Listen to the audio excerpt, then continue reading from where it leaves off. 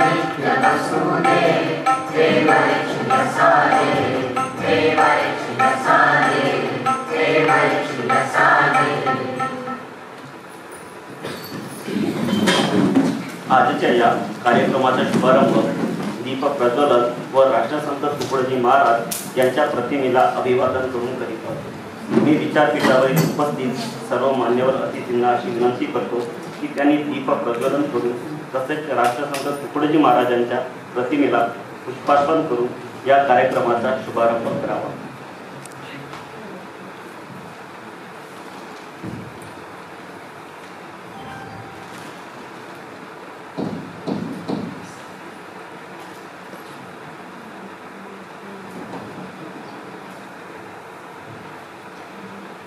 प्रकाश पूजनाने कार्यक्रमाचा शुभारंभ झालेला आहे.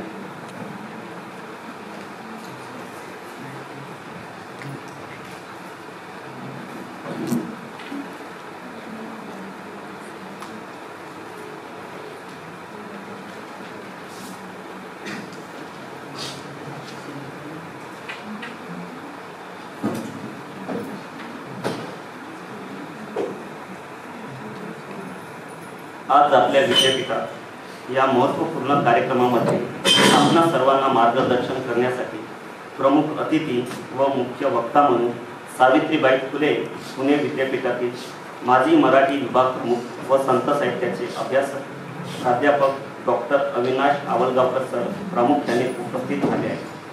कार्यक्रमाचे अध्यक्ष माननीय कुलगुरू डॉक्टर सुभाष चौधरी सर यांना मी विनंती करतो की त्यांनी डॉक्टर अविनाश आवलगावकर सर यांना मानचिन्ह, ग्रामगीता, शाल व श्रीफळ देऊन त्यांचा यथोचित सत्कार करावा.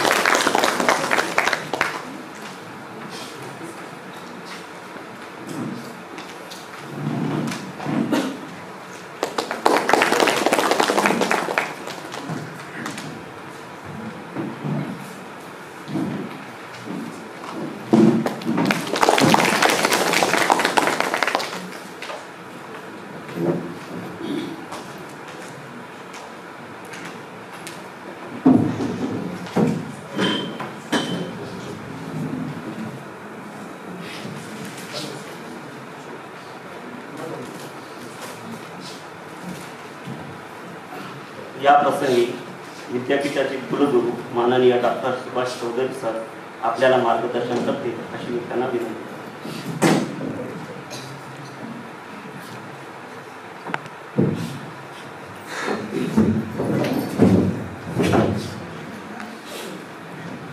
वंदनीय राष्ट्रसंत तुकडोजी महाराज यांच्या प्रतिमेला अभिवादन करतो. मंचावर उपस्थित आजच्या कार्यक्रमाचे प्रमुख वक्ते, कार्यक्रमाची या आयोजनामध्ये ज्यांची महत्त्वाची भूमिका आहे ते आपल्या विद्यापीठाची ह्युमॅनिटीची डीन, मराठी विभागाचे विभाग प्रमुख, उपस्थित अधिकारी, डेप्युटी ऑफिसर, विद्यार्थी मित्रांनो आणि प्राध्यापक मंडळी. विद्यापीठाच्या या शताब्दी निमित्त 2 प्रकारच्या व्याख्यानमाला आपण आयोजित करतोय. त्याच्यामध्ये एक संत साहित्यावर आहे, जी एका वर्षात आपल्याला 12 व्याख्यान पूर्ण करायचे आहे, आणि दुसरं 100 वर्षाकरता 100 व्याख्यान जे विविध विषयावर जेव्हा आयोजित करायचे. यामध्ये या 12 संत साहित्यावरच्या व्याख्यानमाला त्याच्यातली ही एक मालिका. विषय संत साहित्य आणि आधुनिक त्याचं महत्त्व हे आपण या आजच्या व्याख्यानमालेतून महत्त्व आहे. आपण NEP 2020 याचा बराच गाजावाजा ऐकलेला आहे. त्यामध्ये एक जो भाग त्याच्यामध्ये अंतर्भूत करण्यात आला तो म्हणजे की 4 भिंती आतलं शिक्षण कमी करून, म्हणजे क्लासरूम टीचिंगच्या वर्कलोड कमी करून जास्तीत जास्त विद्यार्थ्यांना आउट ऑफ क्लासरूम बाहेर 4 भिंतीच्या बाहेर जे शिक्षण घ्यायचं आहे, त्याचं महत्त्व आहे, त्याची कमी होती ती आता सुरू करावी नवीन एज्युकेशन पॉलिसीमध्ये. त्यामुळे आता त्याचा अंतर्भाव जरी NEP मध्ये येत असला तरी तिथे एक वर्टिकल, असे टोटल 7 वर्टिकल्स आहेत, 7 वेगवेगळे बास्केट्स आहेत. त्याच्यामध्ये आपल्याला माहिती आहे एक मेजर आहे, एक मायनर आहे, इलेक्टिव्ह आहे, स्किल आहे, ऑन जॉब ट्रेनिंग किंवा इंटर्नशिप आहे. त्याच्यातलं एक आहे Indian knowledge system. Indian knowledge system करता बऱ्याचशा चढाओढी आहे, खूप सारं लिटरेचर आपल्या भारतामध्ये होतं, प्रभावी लिटरेचर होतं आणि खूप महत्त्वपूर्ण संशोधनात्मक लिटरेचर होतं, त्याचा पुन्हा आपल्या अभ्यासक्रमामध्ये कुठेतरी लिंक होतो का आणि तो कसा आहे याचा सुद्धा अभ्यास करण्याकरता या इंडियन नॉलेज सिस्टीमला तिथे एक वर्टिकल देण्यात आलेलं आहे. हे सगळं करत असताना सुद्धा संत साहित्य जे आहे हे सुद्धा एक इंडियन नॉलेज आहे आणि त्यांच्या साहित्यामध्ये झळकणारं ज्या काही देशाप्रती, समाजाप्रती किंवा त्या क्षेत्राप्रती ज्या काही संकल्पना आहे, ज्या काही त्यांचे संदेश आहे, जे काही त्यांचे तत्वज्ञान आहे, त्याचा सुद्धा अभ्यास करणं खूप महत्त्वाचं आहे. सगळ्याच गोष्टी नॅशनल लेवलला लागू होतील असं नाही, कधी कधी लोकल लेवललाही एखाद्याचं साहित्य लागू होतं आणि जे साहित्य लागू होतं किंवा ज्या साहित्यावर आपण खूप साऱ्या PhD करतो, मग तुकाराम महाराजांच्या साहित्यावर म्हणा किंवा तुकडोजी महाराजांच्या साहित्यावर म्हणा, ज्ञानेश्वर महाराजांच्या साहित्यावर म्हणा, बऱ्याचशा याच्यावर PhD होतं, पण ते PhD फक्त त्याच्या पर्सनल उपयोगाकरता असतं, समाजाकरता कधीच त्या PhDचा वापर केलेला नाही. आणि जेव्हा की त्यांचं म्हणणं आहे हे समाजाकरता तुम्हाला न्यायचं आहे, समाजाला डेव्हलप करण्याकरता तेव्हा त्याचा वापर करायचा आहे. परंतु या साहित्याचा आपण आपल्याच रिसर्च करता आणि आपल्याच पुस्तकामध्ये बंदिस्त ठेवतो. त्याचा वापर कुठेतरी बाहेर झाला पाहिजे किंवा ज्या विषयावर आपण PhD केली त्याच्यावर कुठेतरी इम्प्लिमेंटेशन सुद्धा झालं पाहिजे. विद्यापीठाने आपल्याला या विषयावर जर PhD दिली तर दुसरं आपलं सामाजिक कर्तव्य आहे की जे काही रिसर्च केला आहे त्याचा समाजापर्यंत कसा उपयोग होईल याकरता सुद्धा प्रयत्नशील असला पाहिजे. कारण सरतेशेवटी आपलं एज्युकेशन ह्या समाजाच्या आधारावरच पुढे चाललं आहे. त्याचं ऋण कधी फेडणार याचा कधीतरी आपल्या मनामध्ये किंवा आपल्या स्वतःला विचारलं पाहिजे की आपण हे सगळं तर घेतलं आहे पण त्याचा रिटर्न काय दिलं. म्हणून हे साहित्य काय आहे आणि आपल्या जीवनामध्ये किंवा आता देशाकरता किंवा आपल्या प्रांताकरता कसा उपयोग पडेल आणि त्याचे महत्त्व काय आहे याचे महत्त्व जाणून घेण्याकरता म्हणून हे साहित्याचा आपण माला गुंफलेली आहे आणि त्याचा आपण सर्वांनी आस्वाद घ्यावा, त्यातला काहीतरी बोध घ्यावा आणि या साहित्यावर थोडा विचार करून समाजाप्रती आपण काही देऊ शकतो का याबद्दल एक संकल्पना आपण आपल्या मनामध्ये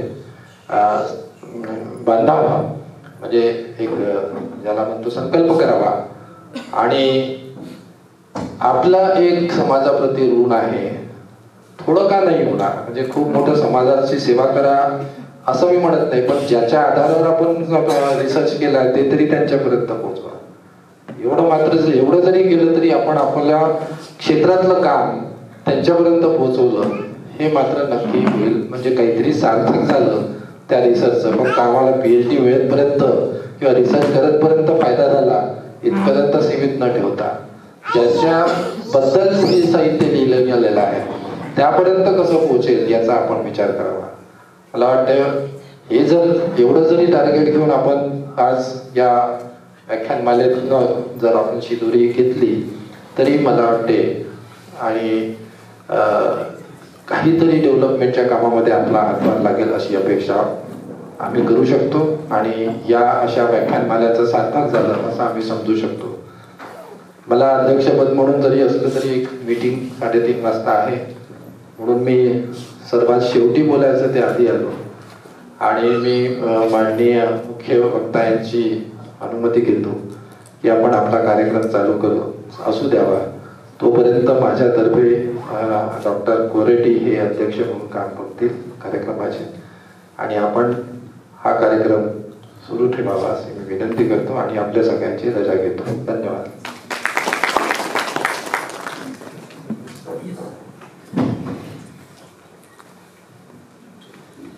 सरांनी अतिशय मौलिक असं मार्गदर्शन केलेलं आहे. यानंतर कार्यक्रमाचे प्रास्ताविक व मुख्य वक्त्यांचा परिचय करून देण्याकरिता मी मराठी विभागाचे विभाग प्रमुख डॉक्टर शैलेंद्र लेंडे सर यांना आमंत्रित करतो.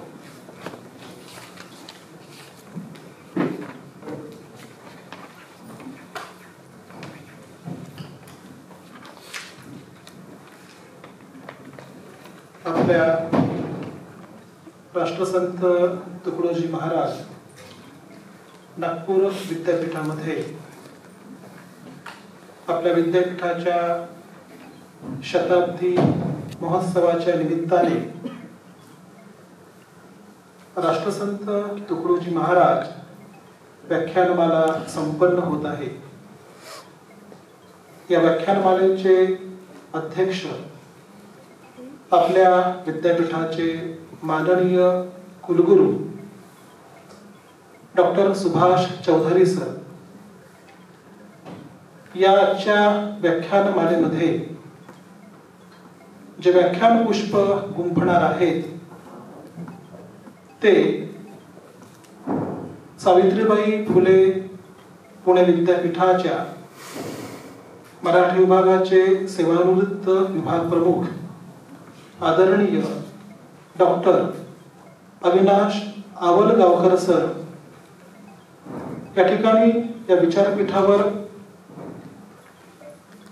सद्यस्थितीत अध्यक्षपदाची भूमिका जे निभावत आहेत ते आमच्या विद्यापीठाच्या मानव्य विज्ञान या विद्याशाखेचे अधिष्ठाता आणि इतिहास विषयाचे प्रोफेसर विभाग प्रमुख आमचे सन्मित्र डॉक्टर श्यामराव कोरेटी या सभागृहामध्ये या व्याख्यानाकरता आवर्जून उपस्थित झालेले मराठी साहित्याचे ख्यातनाम अभ्यासक, कथाकार, समीक्षक माजी प्राचार्य डॉक्टर राघव चौरे सर, मराठी साहित्याच्या अभ्यासक डॉक्टर सुनीता सांगोळे मॅडम, या सभागृहात उपस्थित समाजशास्त्र विषयाचे विभाग प्रमुख डॉक्टर अशोक बोरकर सर, रामटेक येथील महाविद्यालयाचे प्राध्यापक नरेश आंबिलकर आणि आमचे हे सगळे विद्यार्थीगण, भगिनींनो आणि बंधूंनो, अगदी सुरुवातीलाच या ठिकाणी आपण सर्व या व्याख्यानमालेकरिता एकत्रित आलेला आहात याबद्दल आपणा सर्वांचे मी आमच्या विद्यापीठाच्या वतीने आणि मराठी विभागाच्या वतीने मनापासून स्वागत करतो. या प्रसंगी आपणाला हे सांगू इच्छितो की विद्यापीठाला आता नुकतेच 100 वर्ष पूर्ण झालेले आहेत. हा शताब्दी पूर्तीचा महोत्सव आमच्या विद्यापीठामध्ये अनेक उपक्रमांच्या आधारे संपन्न केला जात आहे. त्यातील एक उपक्रम म्हणजे राष्ट्रसंत तुकडोजी महाराज व्याख्यानमाला ही होय. ही व्याख्यानमाला विद्यापीठाच्या शताब्दी महोत्सवाच्या निमित्ताने खास आयोजित करण्यात आलेली आहे आणि या व्याख्यानमालेची भूमिका आत्ताच आपल्यापुढे आमच्या विद्यापीठाचे माननीय कुलगुरू डॉक्टर सुभाष चौधरी सर यांनी विशद केलेली आहे. आपल्या सर्वांना माहित आहे की एकंदर मानवी जीवनाकरिता ज्या प्रकारे आधुनिक कालखंड महत्वाचा ठरलेला आहे, त्याचबरोबर या आधुनिक कालखंडापर्यंत आतापर्यंत अनेक वाटा वळणांनी चालत आलेला असा प्राचीन आणि मध्ययुगीन कालखंड देखील तितकाच महत्वाचा ठरलेला आहे. पण त्यातल्या त्यात आपण ज्या कालखंडामध्ये वास्तव्य करत आहोत हा कालखंड आजचा कालखंड आहे, सद्यस्थितीचा कालखंड आहे आणि मूल्यांच्या दृष्टिकोनातून पाहायचं तर हा आधुनिक कालखंड आहे. अशा या आधुनिक कालखंडाचं नातं हे संत साहित्याशी कशा प्रकारचं आहे हे समजून घेणं हे आपल्या सगळ्यांचं एक अवश्य अशा प्रकारचं कर्तव्य ठरतं आणि या कर्तव्य भावनेतूनच ही व्याख्यानमाला अनेक पुष्पांच्या आधारे येथे आतापर्यंत संपन्न होत आलेली आहे, ती आताही संपन्न होत आहे. या व्याख्यानमालेकरिता मुख्य विषय आहे संत साहित्य आणि आधुनिक जीवन. तुम्हाला माहित आहे की संत साहित्याचा कालखंड हा मुळामध्ये 700-800 वर्षांच्या पूर्वीचा आणि तेव्हापासूनचा राहिलेला आहे. तुम्हाला हेही माहित आहे की 12व्या-13व्या शतकाच्या कालखंडामध्ये महानुभाव पंथाचे संस्थापक सर्वज्ञ श्री चक्रधर यांनी पहिल्यांदा एक संत विचारांची नव्या पद्धतीची मुक्तिदायी अशा प्रकारची मांडणी केली.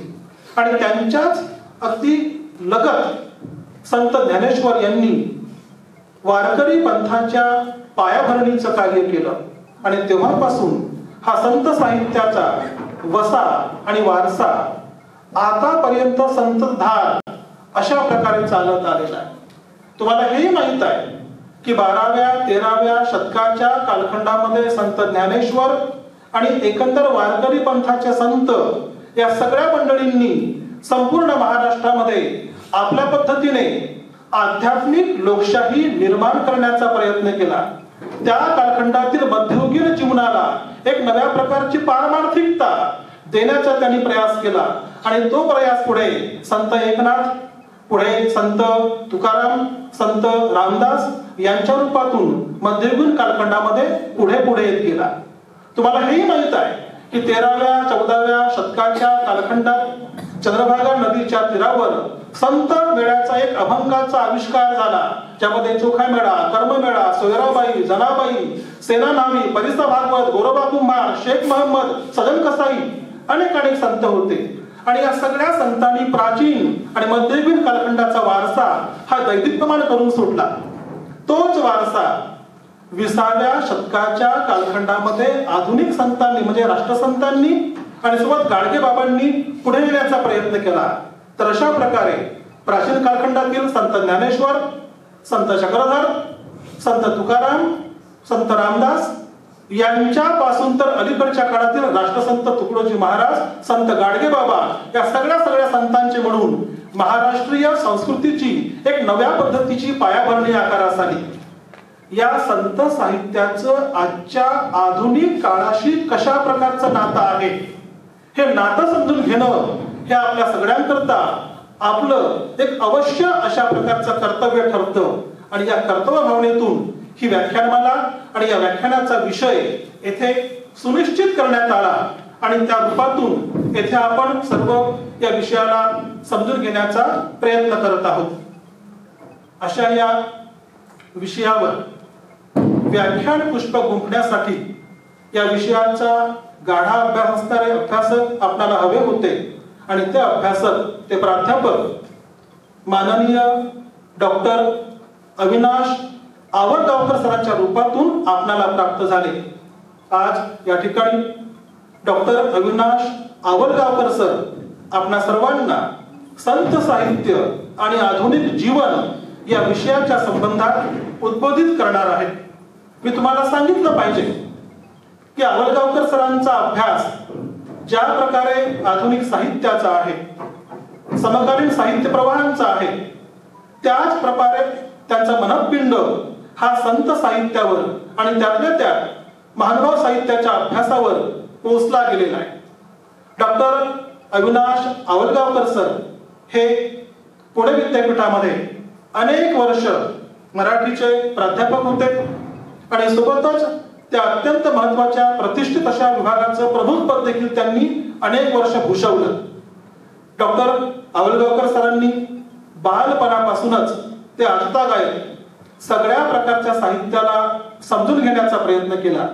त्यातल्या त्यात महानुभाव साहित्य आणि संत साहित्य हा भाग त्यांच्या आस्थेचा, अभ्यासाचा आणि जिव्हाळ्याचा अशा प्रकारचा विषय राहिला. मुळामध्ये डॉक्टर अविनाश आवडगावकर सरांचं जे लेखन आहे ते लेखन समकालीन आणि गतकालीन या दोन्ही प्रकारच्या घटकांना समतोलपणाने समजून घेणारं अशा प्रकारचं आहे. तब्बल 36 वर्षापर्यंत त्याने वरिष्ठ महाविद्यालय आणि विद्यापीठीय पातळी या पातळीवर अध्यापनाचं कार्य केलं. सर हे पुणे विद्यापीठाच्या मराठी विभागाचे प्रमुख होते. सोबतच त्या विद्यापीठाच्या कला शाखेचे अधिष्ठाता देखील होते. काही कालखंडापर्यंत सरांनी पुणे विद्यापीठामध्ये कुलसचिव या पदावर देखील कार्य केलं. सोबतच इंग्रजी विभागाचे प्रमुख हे पद देखील त्यांनी भूषवलं. संत नामदेव अध्यासन या अध्यासनाचे ते प्रमुख राहिले. विद्यापीठाच्या अगदी लहानातल्या लहान तर मोठ्यातल्या मोठ्या अशा अनेक प्रकारच्या समित्यांवर त्यांनी सदस्य, अध्यक्ष आणि पदाधिकारी या नात्याने महत्कार्य केलं. डॉक्टर आवलगावकर सर यांनी नेट, सेट, UGCच्या अनेक समित्या, अगदी न्याक समिती अशा अनेक समित्यांवर अतिशय महत्वाचं कार्य केलेलं आहे. सर उत्तम कवी आहेत, उत्तम समीक्षक आहेत, प्राचीन आधुनिक साहित्याचे बरबद्ध अभ्यासक आहेत आणि त्याबरोबरच कार्यकुशल प्रशासक देखील आहेत. म्हणजे साहित्याचं अध्ययन, अध्यापन, संशोधन करतानाच प्रशासकीय कार्य देखील त्यांनी नेटाने केलेलं आहे. तर अशा प्रकारचे या विषयाला न्याय देणारे असे अभ्यासक आपल्याला प्राप्त झालेले आहेत. मी तुम्हाला सांगू इच्छितो, सरांची कर्मभूमी पुणे, मुंबई, विशेषतः पुणे परिसर हे राहिलेला आहे. असं असलं तरी त्याची जन्मभूमी विदर्भाची आहे. विदर्भात त्याचा जन्म झालेला आहे. रुधिपूरचा परिसर, मोर्शी वरुडचा परिसर या परिसरात त्यांचं बालपण गेलेलं आहे आणि आपल्याच विद्यापीठाच्या DNC या महाविद्यालयामध्ये त्यांचं महाविद्यालयीन शिक्षण झालेलं आहे. मराठीतील नामवंत कवी श्रीधर शनिवारे यांच्या हाताखाली त्यांनी शिक्षण घेतलं. त्यांचे ते आवडते विद्यार्थी होते आणि तोच वारसा संपूर्ण महाराष्ट्रात प्रस्तुत करण्याचं कार्य त्यांनी आतापर्यंत निष्ठेने केलेलं आहे. संत साहित्याच्या अभ्यासामध्ये, विशेषतः महानुभाव साहित्याच्या अभ्यासामध्ये सरांचा आणि सरांचे थोरले बंधू प्राचार्य रमेश आवलगावकर यांचं नाव अतिशय मोलाचं असं आहे. या दोन्ही बंधूंनी संत साहित्याच्या अभ्यासाला विकसित करण्याचं कार्य केलेलं आहे. तर असे अत्यंत महत्वाचे असे अभ्यासक, आमचे आवडते मार्गदर्शक या ठिकाणी आपल्या सर्वांना उद्बोधित करण्याकरता उपस्थित झालेले आहेत. मी पुन्हा एकदा आदरणीय अविनाश आवलगावकर सरांचे आमच्या विद्यापीठाच्या वतीने मनापासून स्वागत करतो आणि या ठिकाणी माझ्या शब्दांना विराम देतो. पुनश्च आपणा सर्वांचे स्वागत आणि आपण आता सरांच्या व्याख्यानाचा आनंद घेऊया आणि त्यांच्या विचारांच्या आधारे स्वतःच्या संत विचारांच्या दृष्टीला एक नवीन आयाम देण्याचा प्रयत्न करूया. सर्वांचे पुन्हा एकदा स्वागत.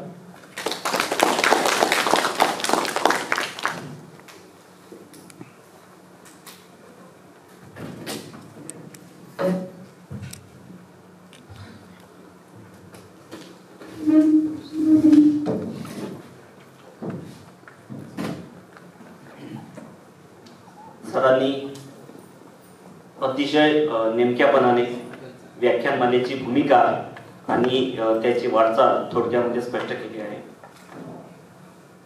मित्रांनो, मराठीमध्ये दीपू चित्रे नावाचे कवी आहेत, फार मोठे कवी आहेत.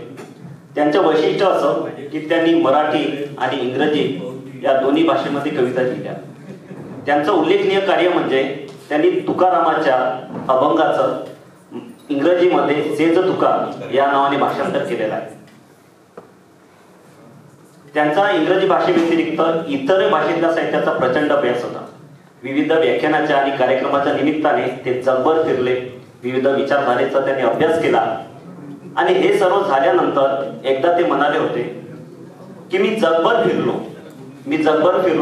विविध विचारधारेचा अभ्यास केला, परंतु शेवटी मला तुकारामाकडेच परत यावं लागलं.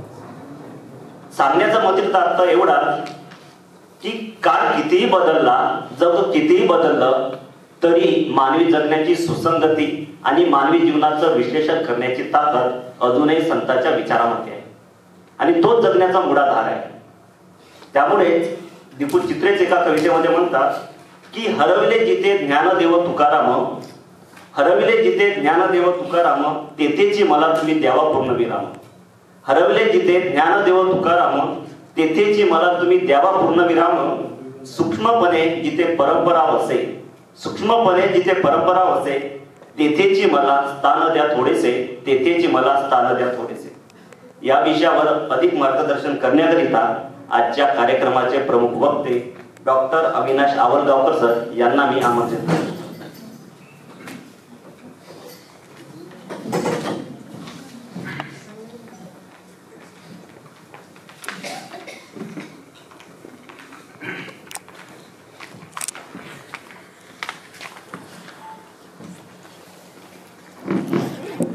राष्ट्रसंत तुकडोजी महाराज नागपूर विद्यापीठाच्या शताब्दी महोत्सवाच्या निमित्ताने आपल्याकडे ज्या व्याख्यानमालांचं आयोजन करण्यात येत आहे त्याचा एक भाग होण्याचं भाग्य मला लाभलं, याबद्दल मी स्वतःला अधिक आनंदी आणि सुदैवी समजतो. या कार्यक्रमाचे अध्यक्ष माननीय गुरुगुरु सर, त्यांच्या गैरहजेरीमध्ये ज्या अध्यक्षपदाची शिडी घेऊन बसलेले आहेत ते मानवी विद्या शाखेचे अधिष्ठाता डॉक्टर कोरेटी सर आणि डॉक्टर लेंडे सरांच्या सहवासामध्ये आल्यानंतर माणूस किती मोठा होऊ शकतो याचा प्रत्यय देणारे विभाग प्रमुख डॉक्टर शैलेंद्र लेंडे. म्हणजे मी त्यांच्याकडे पाहत होतो आणि मला असं वाटत होतं की यांच्या मनामध्ये किती आत्मीयता आहे, त्या आत्मीयतेमध्ये असलेल्या माणसाला किती हे मोठं करू शकतात हे कौशल्य लेंडे सरांच्या व्यक्तिमत्वामध्ये आहे. अत्यंत मवाळ, अत्यंत जाणीवेचा असलेला हा मनुष्य संत साहित्य इतकाच मोठा आहे याची मला जाणीव आहे. मित्रहो, कार्यक्रमाच्या प्रारंभी जेव्हा आणि आपण सर्व विद्वज्जन क्षमा करा, विषयाकडे कधी वळतो असं मला होऊन गेलं, कारण बराच वेळ होतो आहे. विद्यापीठातले अनेक प्राध्यापक, विभाग प्रमुख, अधिकारी इथे बसलेले आहेत. माझे मित्र प्राचार्य डॉक्टर राम चौरे इथे उपस्थित आहेत. ते यवतमाळ कॉलेजच्या यवतमाळ येथील दाते कॉलेजला प्राचार्य होते आणि लातूर इथल्या दयानंद महाविद्यालयाच्या मराठी विभाग प्रमुख डॉक्टर सुनीता सांगोले याही या कार्यक्रमाला उपस्थित आहेत. मला जो विषय सुचवण्यात आला होता तो संत साहित्य आणि आधुनिक जीवन या अनुषंगाने मी आपल्याकडे संवाद साधावा असा होता. खरं म्हणजे मित्रहो, कार्यक्रमाच्या प्रारंभी राष्ट्रसंतांचं जे गीत आपण ऐकवलं, जे आपल्या विद्यापीठाचं गीत आहे, या भारतात बंधू भाव नित्य वसुदेव देव वरची असा. खरं म्हणजे संत तुकडोजी महाराजांचं नाव घेतलं की खंजीर आठवते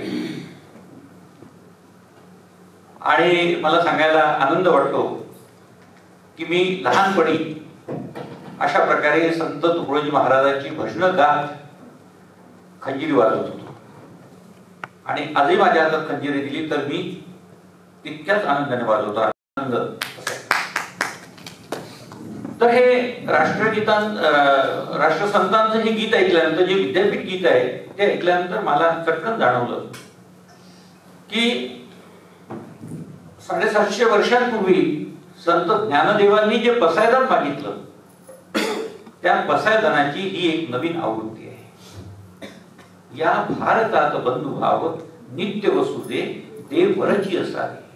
पसायदान म्हणजे प्रसाददान.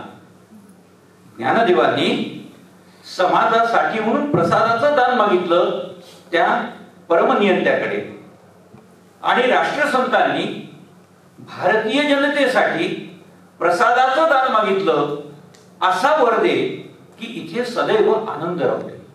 आणि मग माझ्या असं लक्षात आलं की संबंध ते गीत ऐकल्यानंतर पुन्हा एकदा ज्या वेळेला मी म्हणत होतो, ऐकत होतो, त्यावेळेला बुद्धी काहीच चालत नव्हती, काही कळत नव्हतं.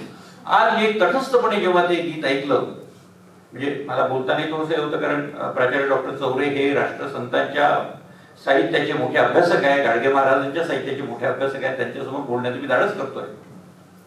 पण मला असं जाणवलंय की हे सबंध गीत ऐकल्यानंतर अविनाश आवळगावकर आता तुला बोलण्याची गरज नाहीये. एखाद्या गीतामध्ये काय सामर्थ्य असू शकतं, संतांच्या एखाद्या भूमिकेमध्ये विचारांची किती गहनता असू शकते याचं हे प्रतीक आहे. आणि म्हणून अशा राष्ट्रसंतांना मी त्रिवार अभिवादन करतो. मित्र हो, मी विचारांची पूजा करतो. इथे फूल वाहा हे मला फारसं संयुक्तिक कधीच वाटलं नाही. कोणत्याही राष्ट्रपुरुषासमोर, कोणत्याही प्रतिमेसमोर मला फुलांपेक्षा त्यांच्यातले जिवंत विचार हे समाजापर्यंत पोहोचवणं हे अधिक फुलांपेक्षाही सुगंधी वाटत आले नाही. कारण समाज श्रद्धेपेक्षाही विचारांवर जगण्याची नितांत आवश्यकता आहे.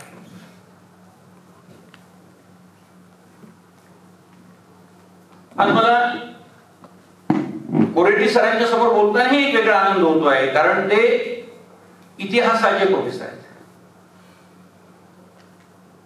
माणसाचं जीवन हे वर्तमान आणि इतिहास यांची सांगड घालूनच भविष्याचा वेध घेतात. इतिहासाशिवाय आपलं काहीही साध्य होऊ शकत नाही. आज आपल्या असं लक्षात येईल की संत साहित्य देखील आपल्या जीवनाचा एक इतिहास अधोरेखित करणारं साहित्य आहे.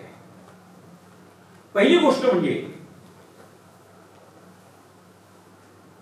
संत कोणाला म्हणावा हा एक मोठा प्रश्न आहे. मध्ययुगीन कालखंडापासून म्हणजे ज्याचा उल्लेख शिंदे सरांनी केला, जवळजवळ 800 वर्षांपासून आजपर्यंत अनेक संत आपल्याकडे होऊन गेलेले आहेत. ज्यांचं एक भजन ज्ञानेश्वरांचं दुसरं पसायदान आहे, इतक्या क्षमतेचाही संत आपल्याकडे होऊन गेले. आणि आपल्यातले अनेक संत आज तुरुंगामध्ये बंद आहेत. हेही संत आहेत. बायका, मुलं, परिवार सगळे किंबहुना एकापेक्षा अधिक आहे. आणि तरीही त्यांची संत म्हणून पूजा केली जाते. याचं केवळ आणि केवळ कारण आहे ते म्हणजे समाजातलं अज्ञान. कारण अजूनही आम्हाला संत कळले नाही. आवाज नीट पोचतोय सगळ्यांपर्यंत? कारण मला वाटतं माहिती आवाज कमी जास्त होतो ते आपल्याला कळत. अजूनही संत कळले नाही. आणि संत कळाले असतील तर ते केवळ अंधश्रद्धेच्या पातळीवर उभे आहेत. आणि म्हणून मी पहिली भूमिका ही मांडतो की संत नेमकं कोणाला म्हणायचं. आणि याचं उत्तम वर्णन संत मुक्ताबाईंनी आपल्या एका अभंगामध्ये करून ठेवलेलं आहे. त्या असं म्हणतात, संत मुक्ताबाई म्हणजे संत ज्ञानदेवांच्या भगिनी. संत तेची जाण जगी, दया क्षमा ज्यांचे अंगी. लोक अहंता नये मना, जगी विरक्त तेची जाणा. इह परलोक सुखी, शुद्ध ज्ञान ज्यांचे मुखी. मिथ्या कल्पना मागे सारा, ताटी उघडा ज्ञानेश्वर. एका छोट्याशा अभंगामध्ये संतत्वाचं अस्तित्व हे पूर्णपणे असं दडून ठेवलेलं आहे. मी आपल्या विद्यापीठाचे सन्माननीय कुलगुरू, अधिष्ठाता, विभाग प्रमुख आणि जे काही अधिकारी मंडळी असतील त्या सगळ्यांना मी मनापासून धन्यवाद देऊ इच्छितो. ते यासाठी की विद्यापीठ हे केवळ भाषेचं विद्यापीठ नसतं. विद्यापीठ विज्ञानापासून साहित्यापर्यंत आणि समाजशास्त्रापासून तंत्रज्ञानापर्यंत सगळ्या शाखांना वाहिलेलं विद्यापीठ असतं. आणि तरीही या विद्यापीठाने 12 व्याख्यानं संत साहित्यावर ठेवलेली आहे. केवळ मराठी भाषेचा संत साहित्याचा विद्यार्थी म्हणून आनंद व्यक्त करतो याच्यातला भाग नाहीये. आधुनिक जीवनामध्ये परिवर्तनाची अपेक्षा जर ठेवायची असेल तर संत साहित्याशिवाय दुसरा पर्याय नाही. आज आपल्याकडे नॅशनल एज्युकेशन पॉलिसी ज्याचा उल्लेख मगाशी माननीय कुलगुरूंनी केला ते योग असले. आणि तुम्हाला म्हणून सांगायला हरकत नाही की कित्येक महाविद्यालयांमध्ये, आता महाविद्यालय स्वायत्त होत चालली, कित्येक महाविद्यालयांमध्ये, कित्येक विद्यापीठांमध्ये मराठी भाषेच्या अभ्यासक्रमाच्या संदर्भामध्ये अनेक प्रश्न निर्माण झाले की नेमकं काय ठेवायचं. नॅशनल एज्युकेशन पॉलिसी ही मूल्याधिष्ठित शिक्षण प्रणाली. आज समाजाला मूल्यांची नितांत आवश्यकता आहे. मूल्य हरवत चालली आहे आणि म्हणून समाज बेताल होत चाललेला आहे, अस्थिर होत चाललेला आहे. इतकी भयावह परिस्थिती आहे. आणि म्हणून अभ्यासक्रमाची पुनर्रचना करणाऱ्या या सगळ्या माझ्या मित्र परिवाराला मला हे सांगताना आनंद होतोय की एकदा संत साहित्याचा विचार करा. नैतिक मूल्य व्यवस्थेशी संबंधित अशा प्रकारच्या अनेक अभ्यास पत्रिका सहजपणे आपल्याला करता येईल. माझा गेल्या अनेक वर्षांपासूनचा हा हेतू होता. मी तुम्हाला एक भागही सांगायला हरकत नाही की ज्या वेळेला आमच्या पुणे विद्यापीठामध्ये विज्ञानाच्या विद्यार्थ्याला मराठी घेता येत होतं, इतिहास घेता सबऑर्डिनेट पेपर काय असायचं, इतिहास घेता येत असायचा, त्याला मानसशास्त्र घेता येत असायचं. पण एखाद्या इतिहासाच्या विद्यार्थ्याला, मराठीच्या विद्यार्थ्याला एखादा तंत्रज्ञानाचा पेपर किंवा एखादा रसायनशास्त्राचा अभ्यासक्रम हा करता येत नसायचा. ज्या वेळेला पुणे विद्यापीठाच्या कुलगुरू पदासाठी माझं नाव आलं होतं त्यावेळेला मी प्रेझेंटेशन जे केलं त्या प्रेझेंटेशन मध्ये सर मी हा विचार मांडलेला होता की सर्व शाखांमधल्या विद्यार्थ्यांना विज्ञानाच्या अभ्यासक्रमाचा देखील विचार करता आला पाहिजे. काही विद्यार्थी असे आहेत, म्हणजे अगदी माझंच उदाहरण द्यायला हरकत नाही. याच विद्यापीठाचा मी ग्रॅज्युएशन पूर्ण केलं आहे विद्यापीठामध्ये. माझी आर्थिक क्षमता नसल्यामुळे मला विज्ञानाकडे वळता आलं नाही.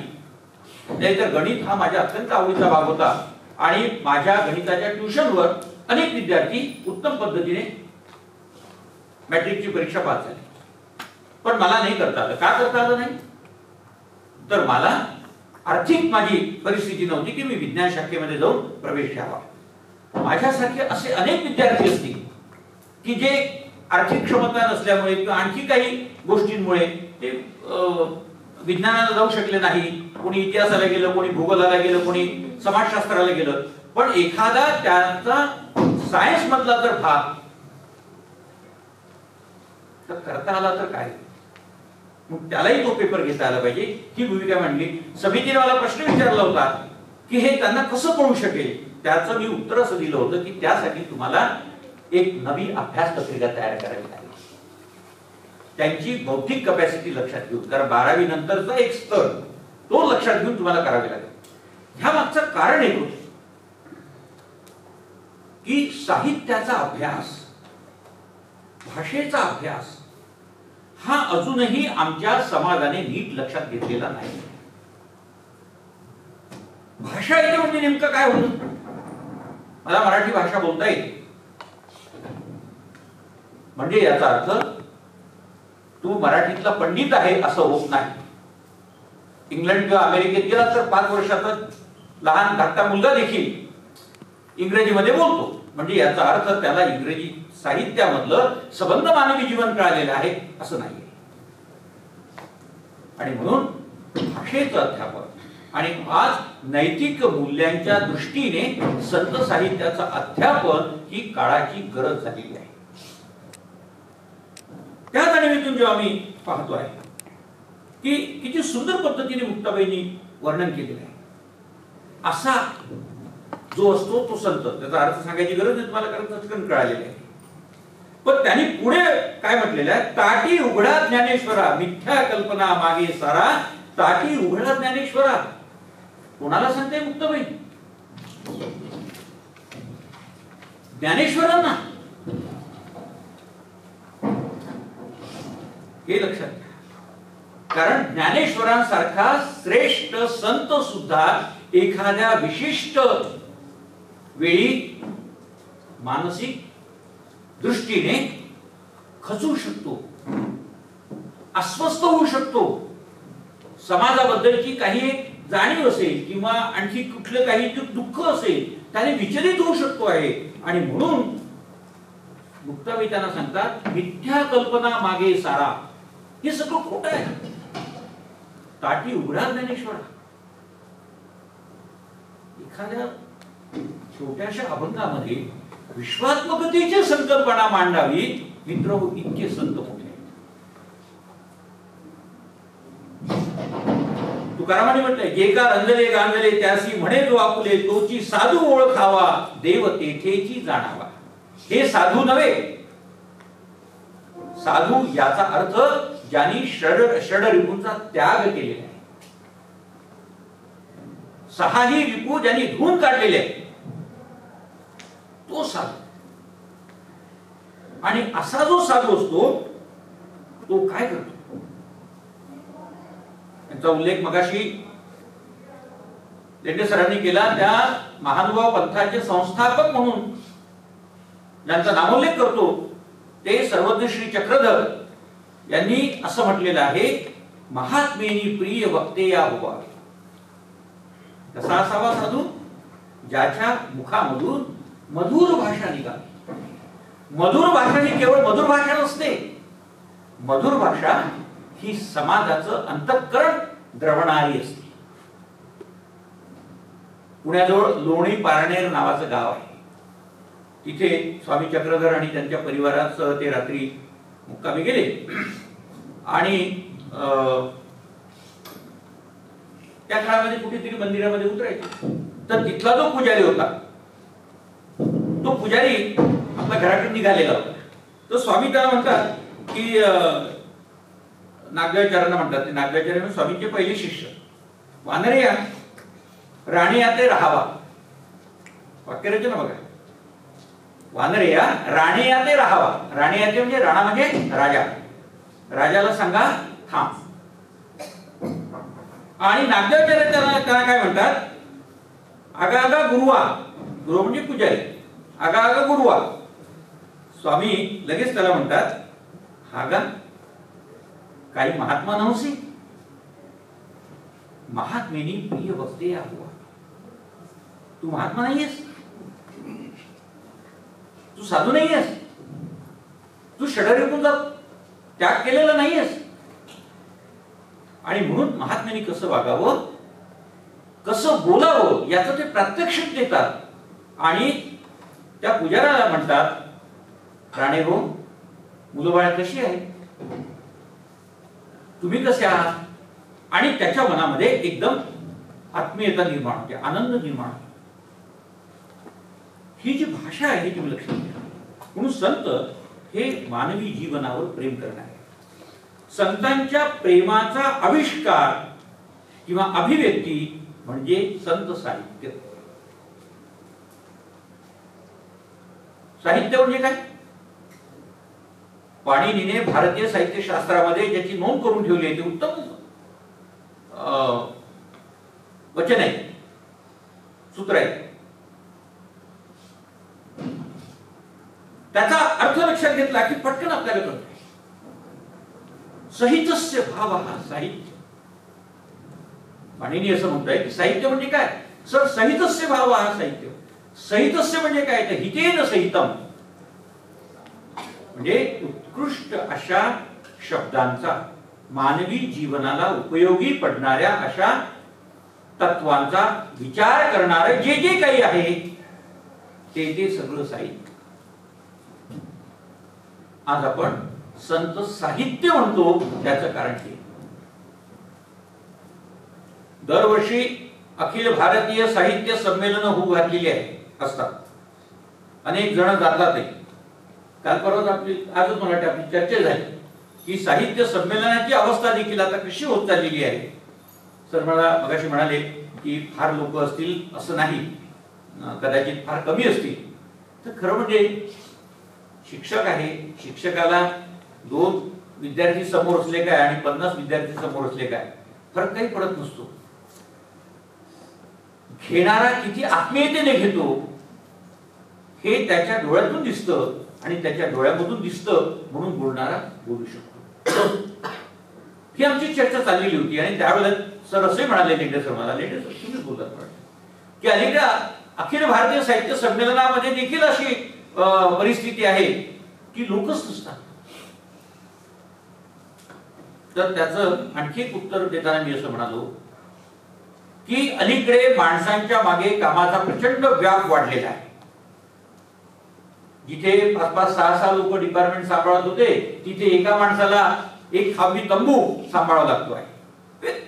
बरेच ठिकाणी तुमच्या अधिकारी वर्गामध्ये देखील हीच परिस्थिती आहे. आणि दुसरी गोष्ट, हा काहीतरी मला देणार आहे आणि मला ते घ्यायला जायचं आहे, इतकी आत्मीयताही असण्याची गरज आहे ना. जिथे मला काही मिळत असेल, साधं घ्या, लहान मुलाशी थोडस गोड बोलल्यानंतर देखील त्याला असं वाटतं की माझ्यावर प्रेम करतात, माझ्याशी चांगलं बोलतात, मला काहीतरी देतात. एवढ्या मोठ्या लाखो रुपयांचा खर्च करूनही माझ्या पदरामध्ये काहीच पडत नसेल तर मला जाण्यात तिथे काय अर्थ आहे. अशाही प्रकारची भावना ही निर्माण होत चालली. आणि म्हणून मी मग म्हणालो की ह्या सगळ्या गोष्टीला आपणच पुन्हा एकदा आत्मचिंतन करण्याची गरज आहे. मित्र हो, शब्द आणि अर्थ यांचं सहितत्व जेव्हा एकत्र येतं तेव्हा साहित्य उत्तम रीतीने आपल्यापर्यंत पोहोचत असतं. संतांनी केवळ भाषा दिली नाही, संतांनी केवळ शब्द दिले नाही, संतांनी शब्दांच्या माध्यमातून विचार दिले.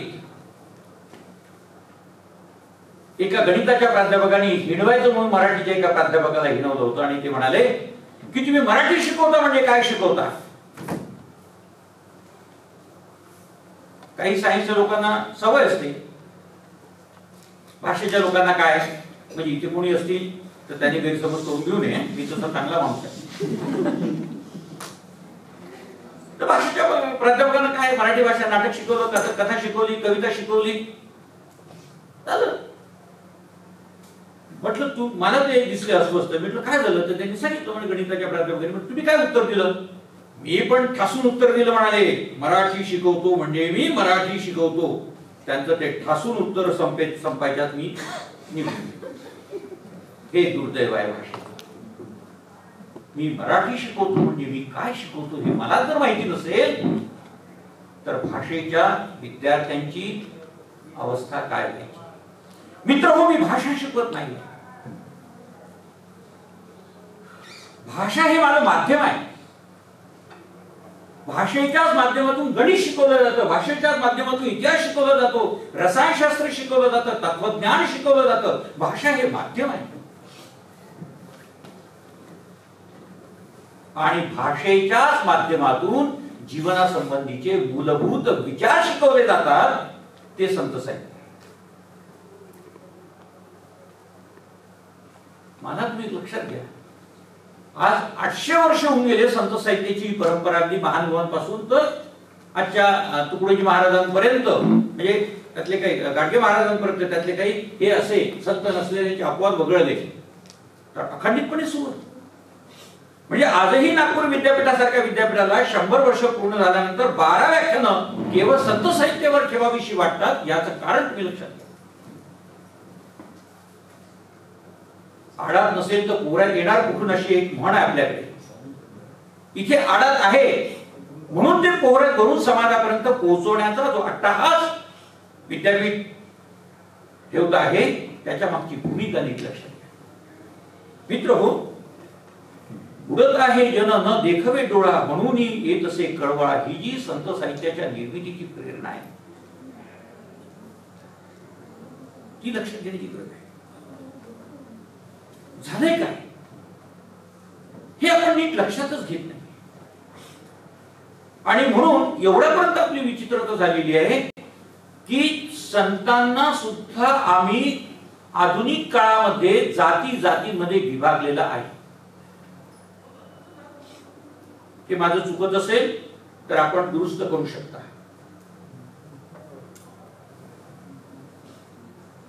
कारण पंढरीला जाणारी वारी आमच्या पुण्याहून जाते. ही ज्ञानदेवाची, ही तुकोबाची, ही चोकोबाची, ही नामदेवाची.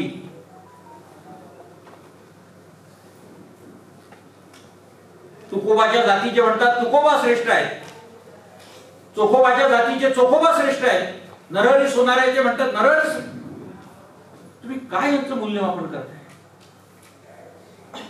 जात हा मूल्यमापनाचा निकष जिथे तयार होतोय ना, तिथल्या समाज व्यवस्थेची कीव येऊ नये तर काय यावं मला सांगा. दुर्दैव हे आहे, भारतात जो प्रचंड शक्ती आहे, प्रचंड ताकद आहे आणि प्रचंड पैसाही आहे, बुद्धिमत्ता आहे,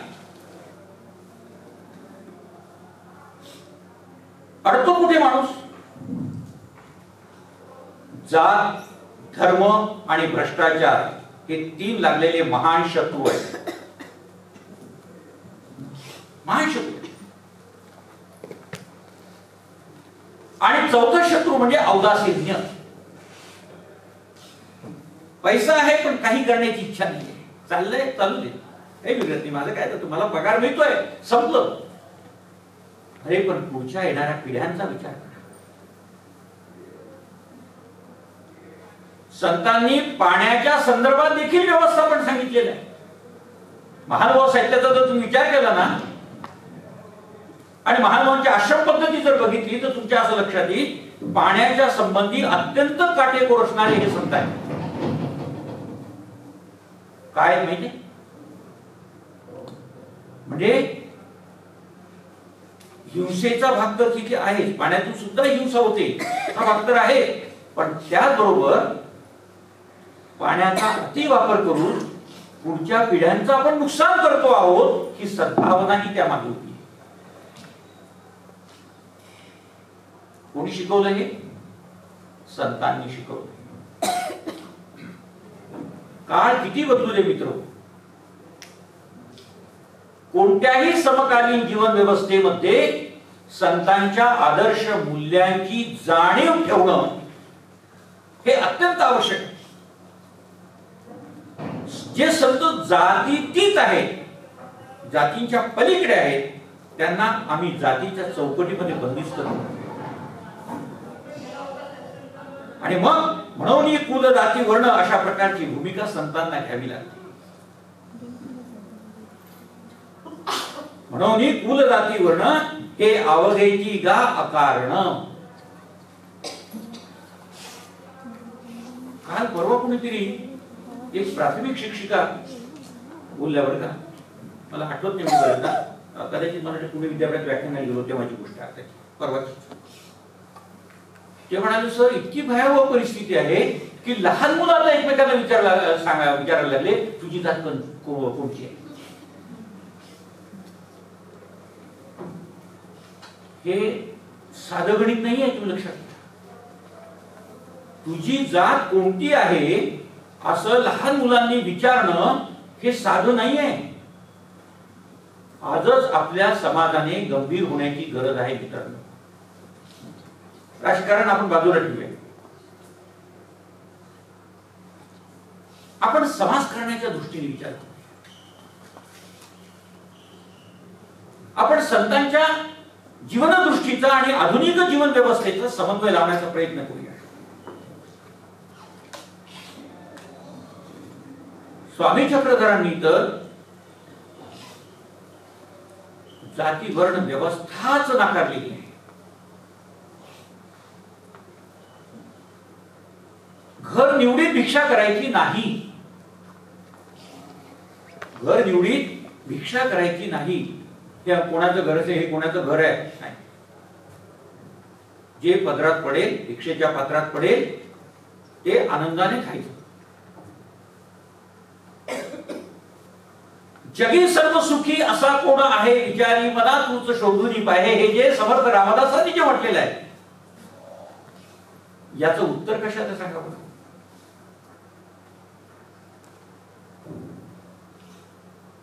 आहे कोणी जगात सुखी? हे आत्मचिंतन आहे रामदासांचं. आणि मी त्याचं उत्तर देतो, आहे दोन सुखी आहेत. दोन माणसं सुखी आहेत. एक म्हणजे वेडा, आहे की नाही सुखी? काही कशाशी घेणे देणार. आणि दुसरा म्हणजे संत, जो जनाबाईने सांगितला ना तो संत. कुणाचं वाईट चिंतायचं नाही, कुणाचं अशुभ चिंतन करायचं नाही, करायचं असेल तर शुभ चिंतन करा. मी नेहमी हेच म्हणतो की तुम्ही काही देऊ शकत नाही ना, नका देऊ,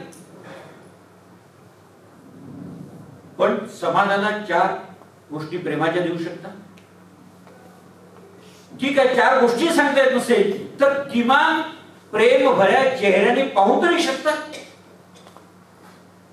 कारण आज समाजाला प्रेमाची नितांत आवश्यकता आहे. तुम्ही लक्षात घ्या, आई दिवसभर काम करून जेव्हा घरी जाते तेव्हा आईपासून अलिप्त असलेलं बाळ ती दिसल्याबरोबर लगेच तिच्याकडे झेप घेतं आणि तिला मिठी मारताय. म्हणजे किती तास तो प्रेमापासून दूर होते. तुम्ही लक्षात घ्या. तुमची समाज व्यवस्था बदलली हा भाग वेगळा, पण आधुनिक जीवन व्यवस्थेमध्ये ही जी परिस्थिती आहे त्याचा कुठेतरी गांभीर्याने विचार करण्याची गरज आहे. आणि म्हणून मला एक विशेष वाटतं आहे की संतांचाही या समाजाने छळच केला. ज्ञानेश्वरांचा छळ केला नाही, प्रचंड छळ केला. आणि तरीही ज्ञानेश्वर काय मागतात समाजासाठी?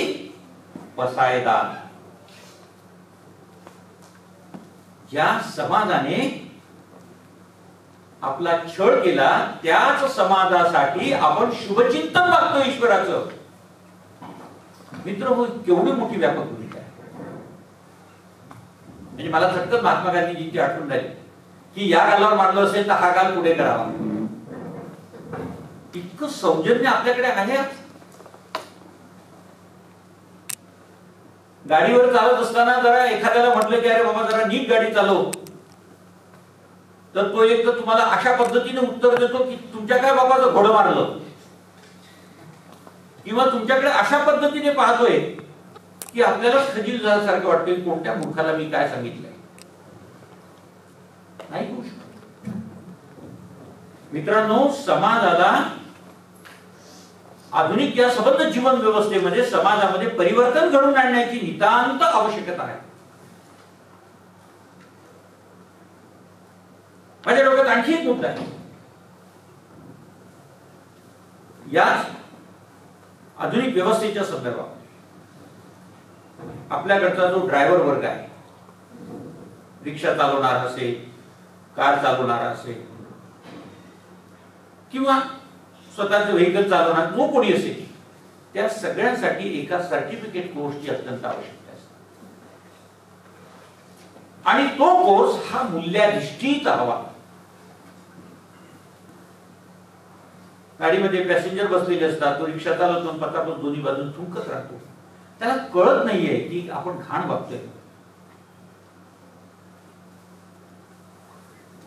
कधी कधी ड्रायव्हर आपल्या गाडीची काच उघडतो आणि पचकन पिचकारी मारतो की मागे कोणीतरी आपल्या मागे गाडीच्या बाजूने येत आहे आणि त्यांच्या अंगावर घाण जाते आहे तोंडातली, याचीही त्याला जाणीव राहत नाही. आणि म्हणून संत एकनाथांनी आणि समर्थ रामदासांनी समाजातल्या अशा मूर्खांची मोठी यादीच केलेली आहे. तोही एक मूर्ख म्हणून. ही मूर्खांची लक्षणं सांगितली. सभ्यता नावाचा प्रकार नाहीये. तुम्ही लक्षात घ्या की जे ज्ञानेश्वर स्वतःला छळणाऱ्या समाजाच्या बद्दल देखील प्रसादाचं दान मागतात,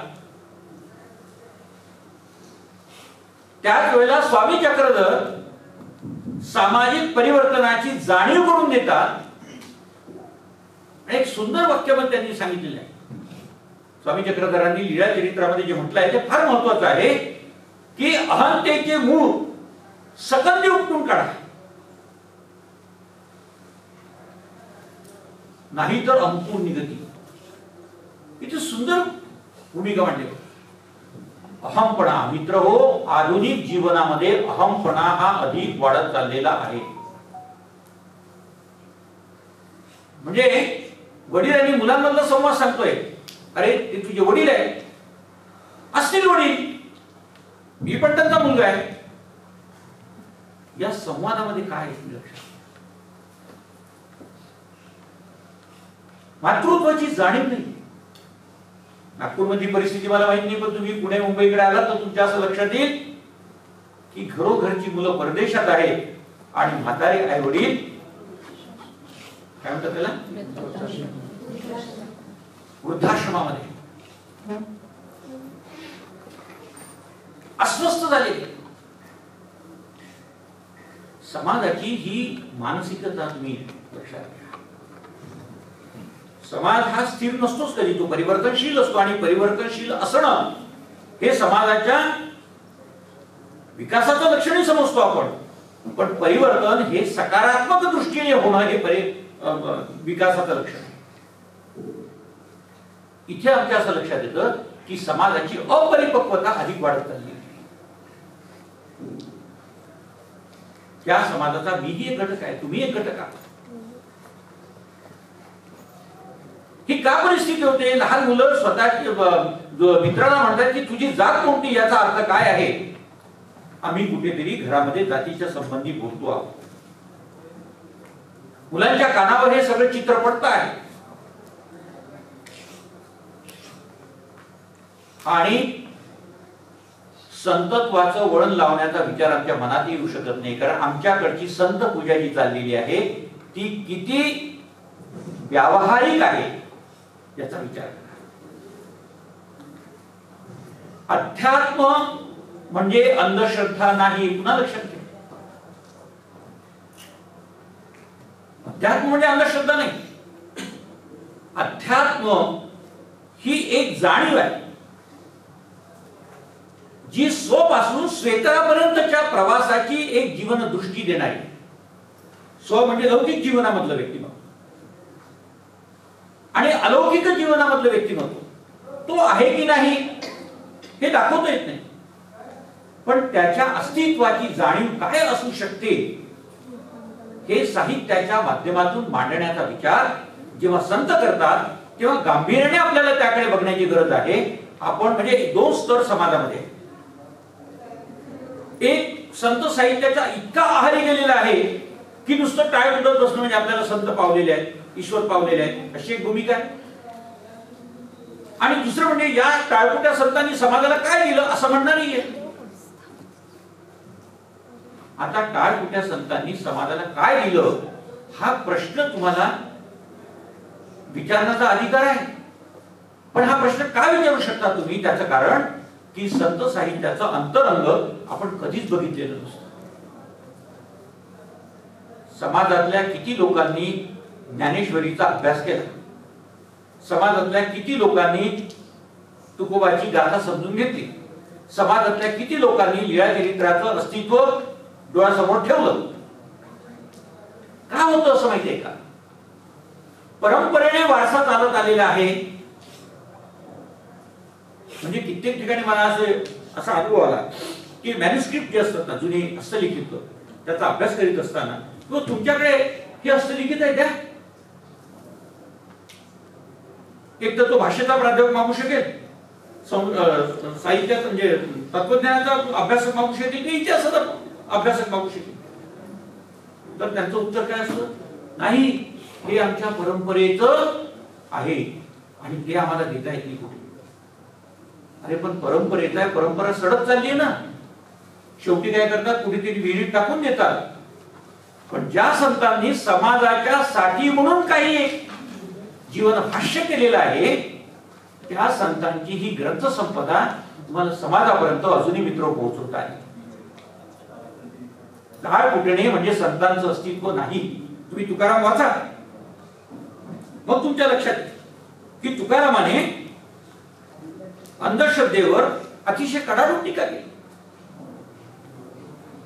नवस सायासे जर मुलं होत असतील तर लग्न करण्याची गरज काय, इतका रोखठोक प्रश्न संत तुकारामाने विचारला. काय विचारला? कारण आमच्या समाजातली अंधश्रद्धा.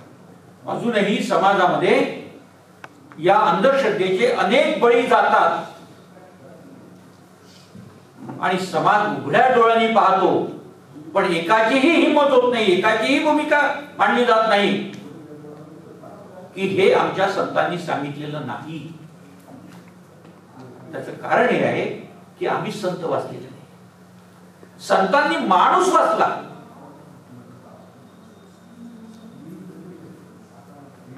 पण माणसाने संत वाचलेला नाही, म्हणून तो संत वाचाय.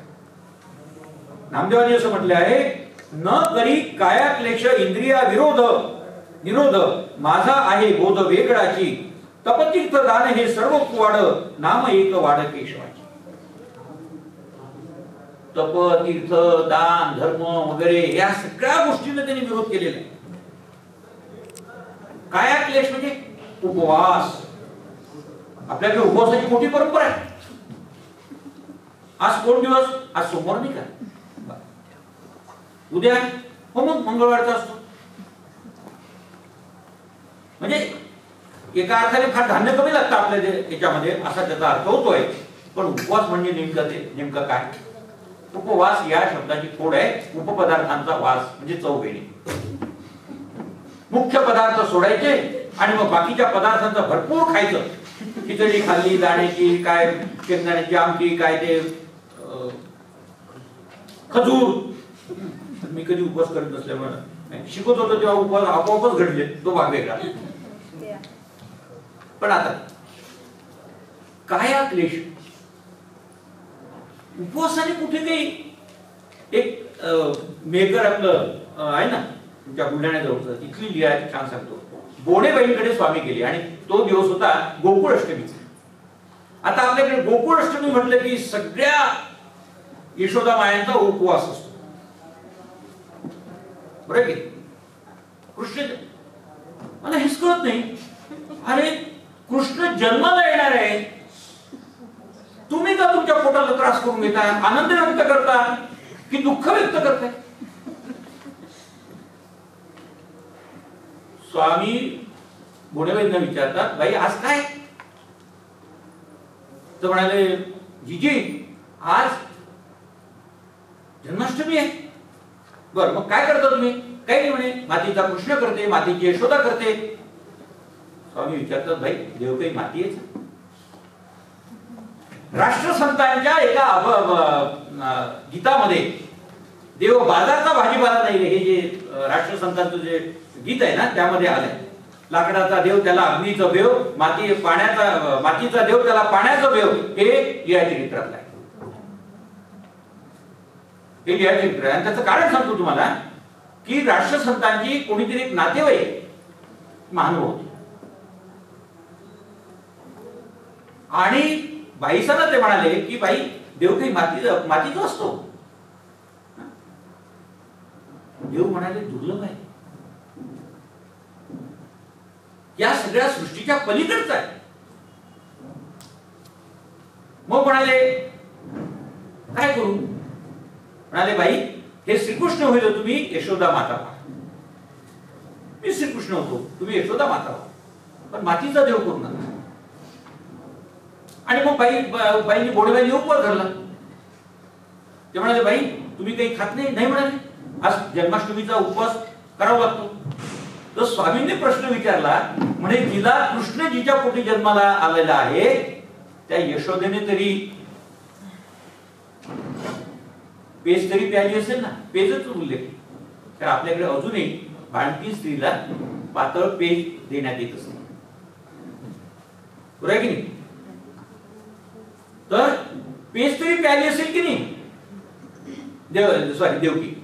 देवकी पेज तरी प्यायली असेल की नाही कृष्ण जन्म झाल्यानंतर? तर म्हणाले बाई हा आनंद व्यक्त करा आणि उपवास करू नका. काया क्लेश, शरीराला विनाकारण क्लेश. आणि गंमत काय असं माहितीये का? अर्ध लक्ष भुकेकडे, अर्ध लक्ष देवाकडे. कधी 12 वाजता, कधी जन्माचा हे होतो, कधी जेवण करते. कशासाठी करता? भरल्या पोटाने पहा ना. सुरव्यांच्या भाषेमध्ये सांगायचं झालं तर भरल्या पोटाने पहा, पोट भरून घ्या, आनंद व्यक्त करा. तुम्ही लक्षात घ्या, आमचे चौरसर नाही म्हणतात की प्रेमाचा सगळा मार्ग पोटातून जात असतो. बरोबर. चार चांगले पदार्थ खायला मिळाले की आत्मीयता वाढायला लागत असते, प्रेम वाढायला लागत असते. मुलांना, सगळ्या मुलांना आयाच का आवडतात? तर आयांनी असं समजू नये की आपण फार प्रेम करतो त्यांच्यावर म्हणून आवडतात वगैरे वगैरे नाही. बायको आल्यानंतर कळतं, कारण तिने नाही केलं तर ती करून देते. तर तिथे मार्ग जो असतो ना तो पोटाचा असतो. या आईच्या पोटातूनच बाळ आलेलं असतं, त्यामुळे त्याची नाळ तिथेच असते आणि ती शेवटपर्यंत असते. म्हणजे आई या शब्दाला जगामध्ये दुसरं कोणतं मूल्यच नाही. आईच म्हणजे मी तर असं म्हणतोय की ईश्वरानंतर जगामध्ये कोणाचं स्थान असेल तर फक्त ते आईच. आणि म्हणून मातृदेवो भव, पितृनंतर येतो मातृदेवो. यशोदेचा कृष्ण, देवकीचा कृष्ण, वसुदेवाचा नंतर. तेव्हा ह्या कायाक्लेश करणाऱ्या भूमिकेला कडाडून विरोध करणारा संत वर्ग आहे. आणि आजही आपल्याकडे या अंधश्रद्धेवर समाजामध्ये सगळं व्यवस्थापन चाललेलं आहे, व्यवस्थित चाललेलं आहे. मित्र हो, विटा चांडाळ्याच्या कल्पनांना सुद्धा काही ठिकाणी अजूनही एवढा विज्ञानवादी कालखंड ज्याला आपण म्हणतो त्या विज्ञानवादी कालखंडामध्ये सुद्धा विटाळ चांडाळ्याच्या कल्पनांना समाजामध्ये स्थान आहे. आणि यादव काळामध्ये 12व्या शतकामध्ये 800 वर्षापूर्वी स्वामी चक्रधरांनी या सगळ्या कल्पनांना बाजूला फेकलं होतं. म्हणजे उपवास तापस करायचीच नाहीये, कर्मकांड करायचंच नाहीये, कर्मकांडाचा विरोध केला. मग काय करायचं? म्हणजे अध्यात्म हे जे अज्ञानत्वाच्या दृष्टीने आपण विकसित करतो आहोत ना, तसं नाहीये. अध्यात्म ही एक विचार प्रणाली आहे जी समाजाच्या विकासासाठी म्हणून आलेली आहे. त्याचा विचार करता आला पाहिजे. म्हणून मी मगाशी म्हणालो की या संतांनी काय दिलं असं म्हणणारा वर्ग आहे एकीकडे, आणि दुसरीकडे संत म्हणजे सर्वश्रेष्ठ, याच्याशिवाय दुसरं काहीच नाही. अरे हो, पण काय सांगितलं संतांनी माहिती? म्हणजे भक्ती ही डोळस असावी मित्रांनो. म्हणजे मला महानुभावांच्या काही भूमिका ह्या फार महत्वाच्या वाटतात. त्याचं कारण हे आहे की ज्ञानाशिवाय वैराग्यालाही महत्व नाही असं त्यांनी सांगितलेलं आहे. वैराग्य म्हणजे कोण? जो संत आहे. त्याच्या ठिकाणी ज्ञान नसेल तर त्याच्या वैराग्यालाही महत्व नाही आहे. कारण वैराग्य कसं करावं हेही कोण शिकवतं? ज्ञान शिकवतं, अज्ञानातून शिकवतं. पूजा कोणाची करायची, देव कोणाला मानायचं हेही ज्ञान शिकवतं. म्हणजे मानवी जीवनाचा विकास घडवून आणायचा असेल, मानवी जीवनाचं दुःख नाहीसं करायचं असेल तर ज्ञान हेच अत्यंत आवश्यक आहे. मला सांगा, महात्मा ज्योतिबा फुल्यांनी कशावर भर दिला सर? ज्ञानावरच भर दिला. ज्ञान नाही म्हणून कर्ज काढतो, लग्न करतो मुला मुलींचे आणि कंगाल होऊन जातो.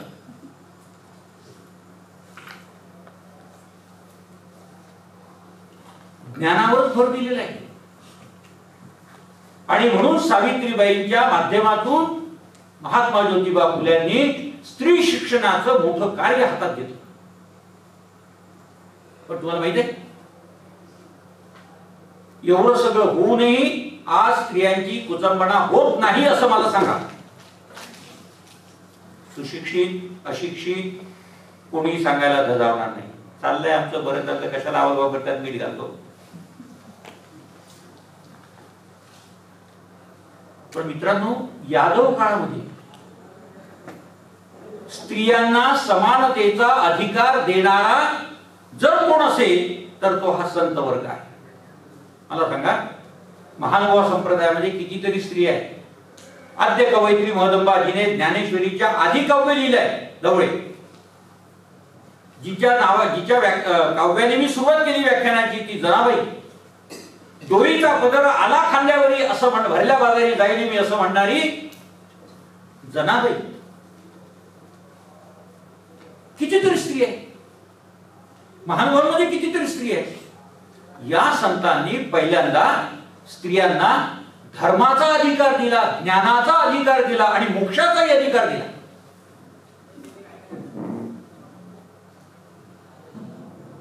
स्त्री म्हणजे न्यून असं समाजामध्ये पाहण्याची आपली जी भूमिका होती ना, ती लक्षात घ्या. स्त्री म्हणजे परावलंबी,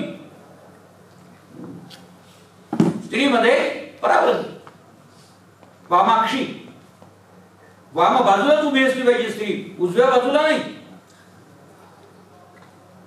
का? समानतेचा अधिकार नाही, संतांनी तो दिला. सारंग पंडित जेव्हा स्वामी स्त्रियांना तत्वज्ञान निरूपण करीत होते त्यावेळेला स्वामींकडे अशाच नजरेने बघितलं की ह्या काय स्त्रिया, त्यांना काय करू, उचलून फेकू का मारू, अशा पद्धतीने. स्वामी नंतर त्यांना म्हणाले, रंगपंडित तिकडे या. का? तुमच्या मनात काय विचार आला होता सांगू? या स्त्रियांच्या बद्दल वाईट विचार आला होता तुमच्या मनामध्ये? म्हणाले, तुमचा काय जीव आहे आणि यांची काही जीवली आहे? तुम्ही श्रेष्ठ आहात आणि कनिष्ठ आहे? नाही. ताटी उघडा ज्ञानेश्वर असं म्हणण्याची ताकद, ज्ञानेश्वरांना म्हणण्याची ताकद जनाबाईमध्ये आहे. आणि स्वामी चक्रधरांचा सर्व मार्ग परिवार चालवण्याची ताकद बाईसामध्ये होती. पैठणच्या बाईसा, नागांबिका उर्फ बाईसा. काही जरी करायचं असेल तर स्वामी म्हणायचे, दुसऱ्या कोणत्याच त्यांनी काही केलं असेल तर स्वामी म्हणायचे, बाईसांना विचारलं काय महत्व, लक्षात घ्या. जो सर्व परिवार स्वामींना ईश्वरावतार मानून त्यांची पूजा करतो आहे, ते स्वामी चक्रधर त्या शिष्यांना विचारतात, बाईसांना विचारलं का? साधे औसा नावाची साध्वी होती, ती आलं धुवायला ओढावर गेली आणि तिने आल्याची सालं निघाली म्हणून ती बांधून घेतली आणि ओच्यामध्ये आपल्या बांधून ठेवली. ती नंतर खाता येईल आपल्याला. स्वामी ती आल्यानंतर म्हणते, बाई तुमच्या ओच्यामध्ये काय बांधलेलं आहे? तर म्हणे, जी ती याची सालं निघाली होती ती बांधून ठेवली नंतर खायसाठी. बाईसांना विचारलं काय? केवढं वेगळेपण आहे की प्रत्येक गोष्ट बाईसांना विचारून घ्या एका स्त्रीला, कारण ती स्त्री या सर्व मार्गाची रक्षक आहे. स्वामी जेव्हा इथून निघून गेले तेव्हा नागदेवाचार्यांना जरी संप्रदायाचं प्रमुख केलं असलं तरी देखील नागदेवाचार्यांना देखील महदंबेच्या ओटीत घातलं होतं. आपल्याकडे ओटीत घालण्याची भाषा असते बघा. नागदेवाचार्यांना महदंबेच्या ओटीत घातलं होतं. म्हणजे स्त्रियांचं श्रेष्ठत्व ज्या संतांनी मान्य केलेलं आहे त्या संतांना तुम्ही कोणत्या नजरेने पाहता? संत म्हणजे टाळकुटे, संतांना ज्ञान नाही. संत म्हणजे फक्त भक्ती करणारे, अरे नाहीये. भक्ती हा संत साहित्यातला एक वेगळा घटक आहे आणि जीवनविषयक मूल्यनिष्ठ विचार हा वेगळा भाग आहे. पण आपण त्याची गल्लत करतो आणि आपण त्याकडे या नजरेने पाहतोय. म्हणून संतांच्या संदर्भामध्ये ह्या काही गोष्टी लक्षात घेण्याची गरज आहे. मित्रहो, पसायदानाचा मगाशी मी उल्लेख केला की दुरितांचे तिमिरता, म्हणजे पसायदान, केवळ पसायदान ज्ञानेश्वरांचं एक महाकाव्य मित्रांनो, एक महाकाव्य की ज्याच्यामध्ये मानवी जीवनाचं एवढं सखोल चिंतन केलेलं आहे. आणि ही संत कोणाची एकाची नसतात. मगाशी मी म्हणाल त्याप्रमाणे की तुम्ही जरी संतांना जातीत वाटलं तरी की संत कोणत्याही जातीचे नाहीये. संतांना जात नाहीच आहे. संतांना जातही नाही. त्याच्या पुढचं बोलायचं तर संतांना धर्मही नाही. संतांचा धर्म एकच, तो म्हणजे मानवतावाद. जसं सर्व जीवांचं चिंतन करीत असताना ज्ञानदेवांनी पसायदान म्हटलं, तसं एकाच ओळीमध्ये स्वामी चक्रधरांनी पसायदान म्हटले. भक्तांनी प्रश्न विचारला की स्वामी आपण कोणाचं चिंतन करता? स्वामी म्हणाले सकल जीवांचं चिंतन करतो. आता हे सकल जीवांचं चिंतन करणे ही गोष्ट छोटी वाटते, पण ती अस्तित्वाने फार मोठी आहे, फार व्यापक आहे. मित्र हो, अहमपणा हा जर आपल्या मनातून कायमचा निघून गेला नाही, म्हणून मगाशी स्वामींचं वाक्य सांगितलं की अहंतेचं जे मूळ आहे ते मुळासकट काढा, नाही तर मग काय होईल, त्याला अंकुर निघतात आणि ते अंकुर पुन्हा फोफावतात. तर ते अहंतेचं मूळ सकंदी उपटून काढा आणि तिथे शांतीचं रोप लावा. संतांना समाजामध्ये काय पाहिजे आहे? शांती पाहिजे. आधुनिक जीवन व्यवस्थेमध्ये शांती शोधावी लागते. घरोघरी शांता असतील देशातला भाग, पण शांतामध्ये शांती आहे का हा भाग शोधावा लागतो. कारण सातत्याने आजच्या धकाधकीच्या काळामध्ये तुम्ही शिकलेली माणसं सारखी गंगाधर गाडगेंच्या कथा संग्रहामधल्या कथा वाचा किंवा अरविंद गोखलेंच्या कथा वाचा, की संबंध वास्तव जीवनाचा होत जाणारा परिणाम. म्हणजे मला वाटतं गोखलेंच्या कथेमधली एक नायिका आहे, मला नाव आठवत नाही नेमकं, ती असं म्हणते की मला या चाळीमध्ये माझ्या बाळाला जन्म द्यायचा. इथे वाचून अस्वस्थ झालो होतो. अस्वस्थ यासाठी झालो होतो की स्त्रियांचं दुःख काय आहे आणि निर्मिती प्रक्रियेच्या संदर्भामध्ये स्त्रियांचा आनंद काय. स्त्रीच्या जीवनातला सगळ्यात आनंददायी क्षण कोणता असेल? ती कोणाची तरी पत्नी होते तो नव्हे, ती जेव्हा आई होते तो तिच्या जीवनातला सर्वश्रेष्ठ क्षण असतो.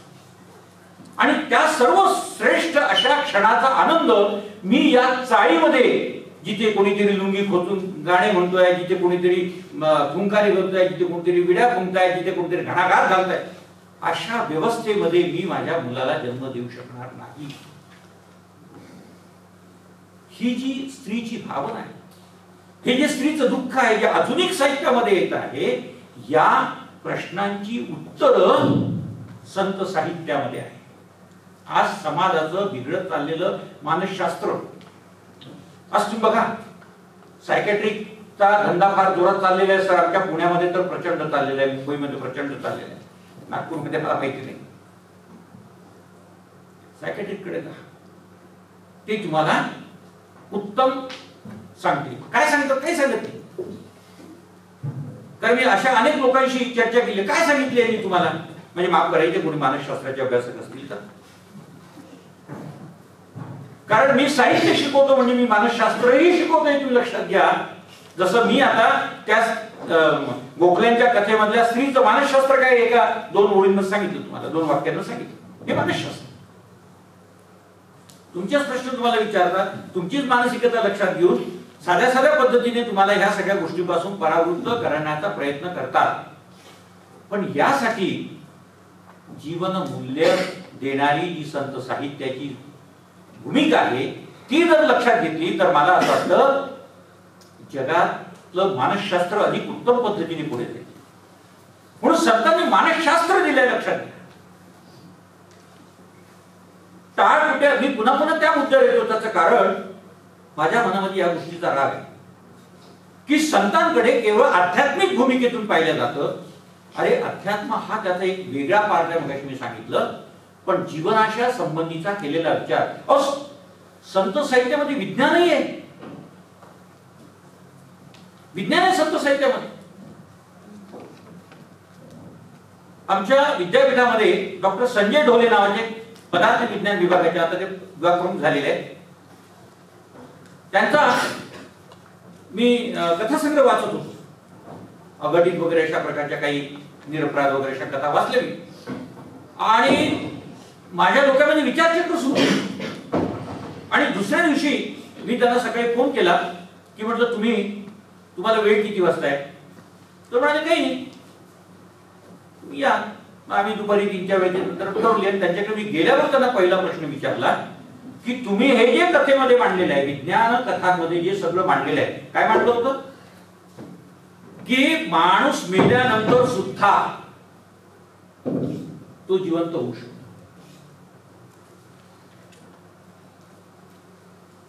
तर हे खरं आहे का? कारण त्यांनी त्याचं हे दिलं होतं की माणसाच्या त्याच्या पेशी असतात, त्या पेशी तयार केल्या जातात आणि त्या पेशी बरोबर त्या रक्त याच्यामध्ये सोडल्यानंतर, शरीरामध्ये सोडल्यानंतर ते व्यक्तिमत्व पुन्हा जिवंत होतं वगैरे. आता विज्ञान शाप की वरदान हा प्रश्न इथे राहणार आहे. काही गोष्टी त्यातून अघटितही होणार आहेत. म्हटलं हे खरं आहे का? तर ते म्हणाले हे 100% खरं आहे. मी त्यांना प्रश्न विचारला, आता म्हटलं मी तुम्हाला लीळा चरित्रातली एक गोष्ट सांगतो. लीळा चरित्रामध्ये मेहकर इथे स्वामी रोज भिक्षेला जायचे एका बाईकडे आणि ती बाई त्यांना रोज भिक्षा वाढायची. आणि एक दिवस ते भिक्षेला गेल्यानंतर तिचा नवरा जो होता तो म्हणाला की स्वामी क्षमा करा, तुम्हाला भिक्षा देणारी गेली. आणि तिची बॉडी याच्यामध्ये नेलेली होती. स्वामी तिथे गेले आणि स्वामी त्या बाईला म्हणतात की बाई उठा, तुम्हासी एक भिक्षा वाढायची, एक भिक्षा अजून आमची राहिलेली आहे, ती वाढा. आणि बाई उठली. कालपर्यंत ह्या लीळेने माझ्या मनामध्ये अनेक प्रश्नांची ओलई निर्माण केलेली होती. मला त्याचं उत्तर सापडत नव्हतं. अध्यात्मामध्ये उत्तर आहे, पण आपण कसे सगळ्या गोष्टी अध्यात्माने आपण घेत नाही. आपल्याला काही समाजनिष्ठ, काही विज्ञाननिष्ठ भूमिका आपली हवी असते. आणि मी त्यांच्या समोर हे सगळं मांडल्यानंतर ते म्हणाले की ही गोष्ट सर अगदी खरी आहे. म्हणजे संत साहित्यामध्ये विज्ञान आहे नाही याच्यातला भाग नाही. शोधा. मगाशी जे कुलगुरू म्हणाले की तुम्ही पीएचडी करता, पण पीएचडीच्या ज्ञानाचा उपयोग हा समाजासाठी कितपत होतो? म्हणजे लिहिलेला प्रबंध हा तिथे प्रबंधापुरतच मर्यादित राहतो, जो समाजापर्यंत येत नाही. पहिली गोष्ट, लिहिलेला प्रबंध समाजापर्यंत यावा इतक्या ताकदीचा आहे का? हा एक भाग आहे. आणि दुसरी गोष्ट, तुमचं संशोधन हे वेगवेगळ्या अंगाने आहे की नाहीये? केवळ माझ्या जातीचा संत म्हणून मला त्याच्यावर पीएचडी करायची, याला काही अर्थ नाहीये. म्हणजे असे उदाहरणं, असे अनुभव आम्हाला आमच्या काळामध्ये बरेच आलेले. तर मुद्दा असा आहे की त्यांनी मला सांगितले की हे खरं आहे आणि हे होऊ शकतं. तर वेगवेगळ्या अंगाने, म्हणजे विज्ञानाच्या जाणीवेतून सुद्धा तुम्हाला विचार करण्याची गरज आहे. पर्यावरणाचा विचार महानुभाव साहित्यामध्ये केलेला आहे, जो आज आपण करत नाही.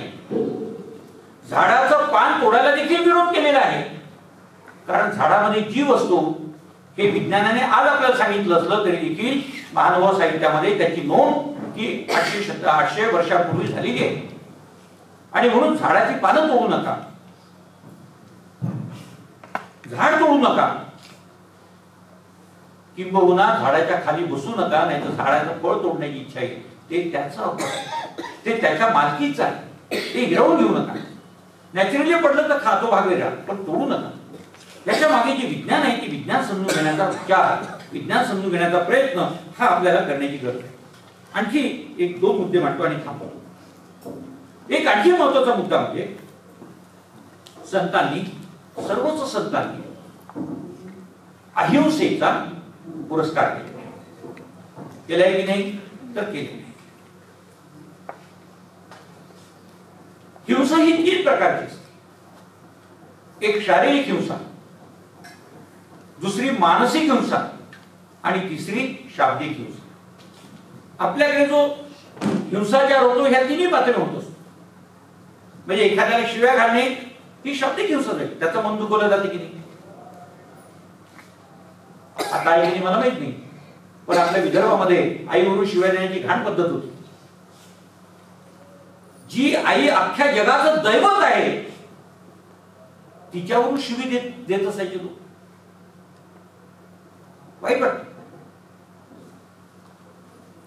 तर काय सांगतो तुम्ही? अहिंसा. तर ही शाब्दिक हिंसा आहे, मानसिक हिंसा आहे. मन दुखवलं गेलं मानसिक हिंसा आहे, आणि शारीरिक हिंसा म्हणजे शस्त्र चालवणं. स्वामींनी असं म्हटलेलं आहे, चक्र स्वामींनी, की आत्मघातकीयाला ठाऊ नाही. आत्मघातकी माणसाला मोक्षाचा अधिकार नाही, पुण्याचा अधिकार नाही. एक लक्षात घ्या, हे दिसायला फार सोपं आहे, पण त्याच्या मागची विचार प्रणाली जर लक्षात घेतली तर संतांच्या भूमिकेचं श्रेष्ठत्व आपल्या लक्षात येत आहे. काय त्याच्या मागे भूमिका आहे, काय हिंसा करतात. स्वातंत्र्याला स्वामींनी मोक्ष म्हटलेलं आहे.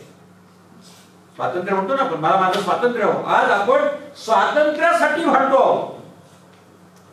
लहान लहान मुलं म्हणायला लागले, मग मला वाटतंय म्हणून मी करतोय, मला आवडतं म्हणून मी करतोय. लहान मुलगा सुद्धा आज स्वातंत्र्याची भाषा करतोय. आपल्या देशाला स्वातंत्र्य मिळालं, पण समाजाला स्वातंत्र्य म्हणजे काय याचा अर्थ दुर्दैवाने अजूनही कळालेला नाही.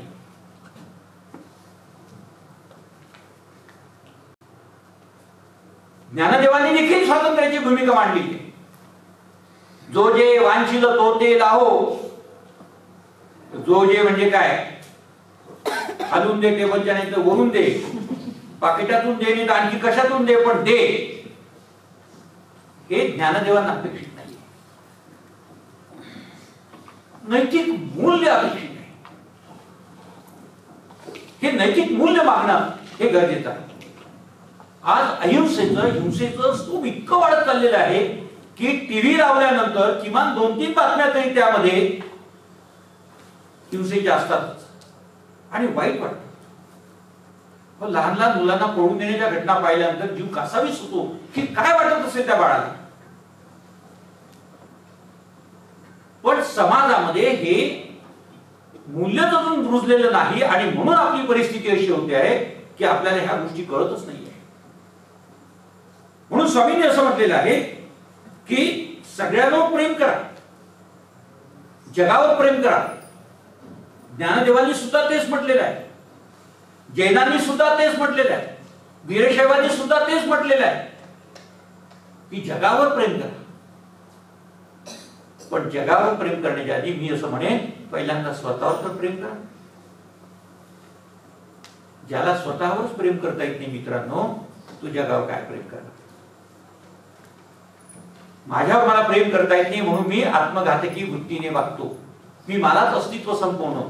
मित्र हो, स्वतःच अस्तित्व संपवणं म्हणजे जगाचे प्रश्न संपवणं नव्हे. आज शेतकऱ्यांच्या हिंसा होतात, आर्थिक अडचणीमुळे होतात असं सातत्याने म्हटलं जातं. हिंसा झाली म्हणजे प्रश्न मिटलेत का शेतकऱ्यांच्या जीवनातले? नाही मिटले. मुलगा आहे, लग्नाला आलेली मुलगी आहे, त्याच्या मागे राहणारी पत्नी आहे, आई असेल, जे कोणी असतील, तो परिवार आहे, तर त्यांचं काय? शेतकरी हिंसा करत नाही असं नाहीये. टेक्नॉलॉजीमध्ये, तंत्रज्ञानामध्ये काम करणारे अनेक विद्यार्थी 25-26 मधले मी पाहिलेले आहेत, आत्महत्येला प्रवृत्त होत आहेत. का? भरपूर पैसा मिळतो. काय मिळतो? भरपूर पैसा मिळतो, पण तासनतास काम करून कामाचा जो ट्रेस येतो त्यातून मुक्ती नाही. अस्वस्थता निर्माण होते. बायकोही तंत्रज्ञानामध्ये काम करणारी, नवराही तंत्रज्ञानामध्ये काम करणारा, दोघांचं तंत्र काही जुळत नाही, आणि त्यामुळे जीवनाचा संबंध तंत्र बिघडत जात असतं. त्याचं कारण हे आहे की तुम्हाला पैसा मिळतो तरीही आत्महत्या होते, पैसा मिळत नाही म्हणूनही आत्महत्या होते, नोकरी मिळत नाही म्हणून आत्महत्या होते. नेमकं काय पाहिजे? म्हणजे पैसा हे काही या प्रश्नावरचं उत्तर असू शकत नाही. साने गुरुजींनी आत्महत्या केली, जगाच्या शांतीसाठी आत्महत्या केली, पण साने गुरुजींनी आत्महत्या करून त्यांचं समाधान करून घेतलं. जगाचं समाधान झालं का? मला याचं उत्तर द्या. आज पुन्हा साने गुरुजी हवे होते, आत्महत्या नाही. कारण समाजामध्ये शांतीचं मूळ रोवायचं असेल तर मित्रांनो संत साहित्याचा विचार करण्याची गरज आहे, अंधश्रद्धेने नाही. आणि एक मुद्दा शेवटचा सांगतोय. मगाशी विज्ञान आणि तंत्रज्ञानाचा उल्लेख मी केला होता. आईन्स्टाईनने असं म्हटलेलं आहे की science without religion is lame and religion without science is blind.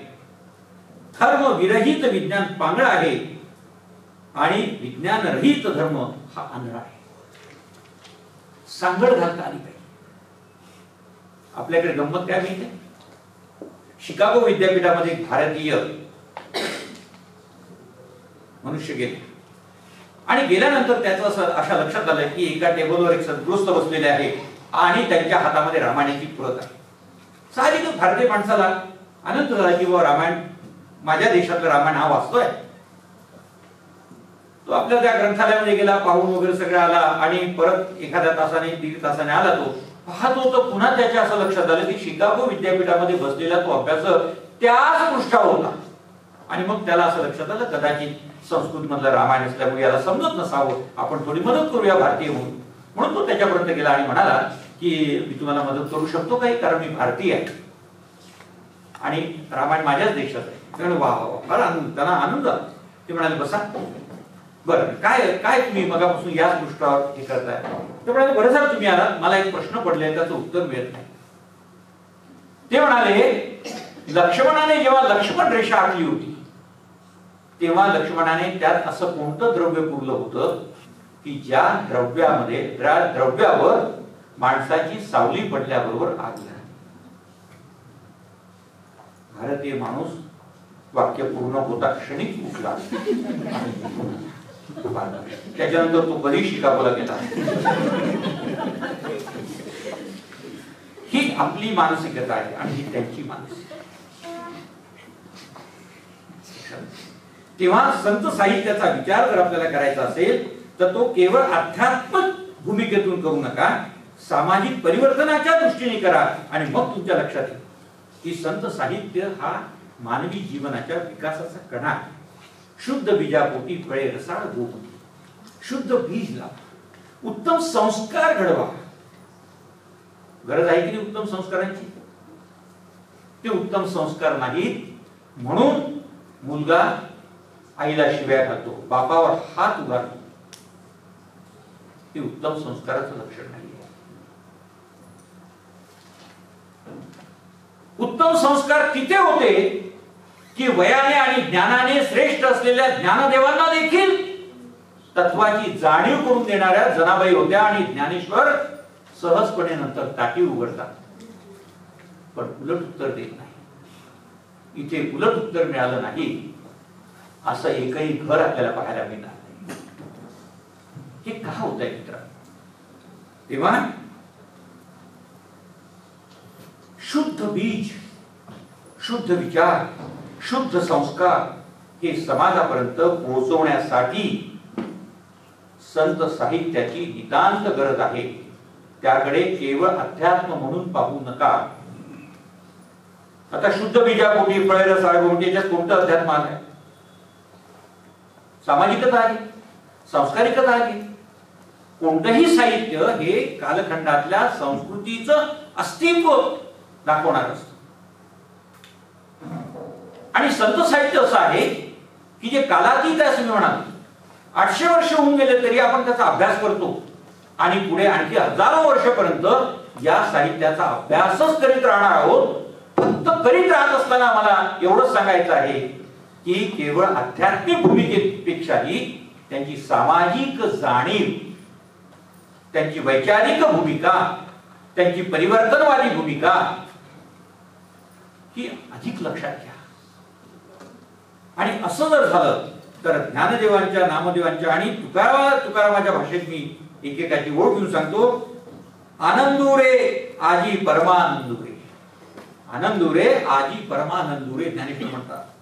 आजीचा दिवस सोनियाचा नामदेव म्हणतात आणि तुकाराम म्हणतात आनंदाचे डोही आनंद धर. तेव्हा हा आनंद पेलण्याची क्षमता आजच्या समाजामध्ये निर्माण होण्यासाठी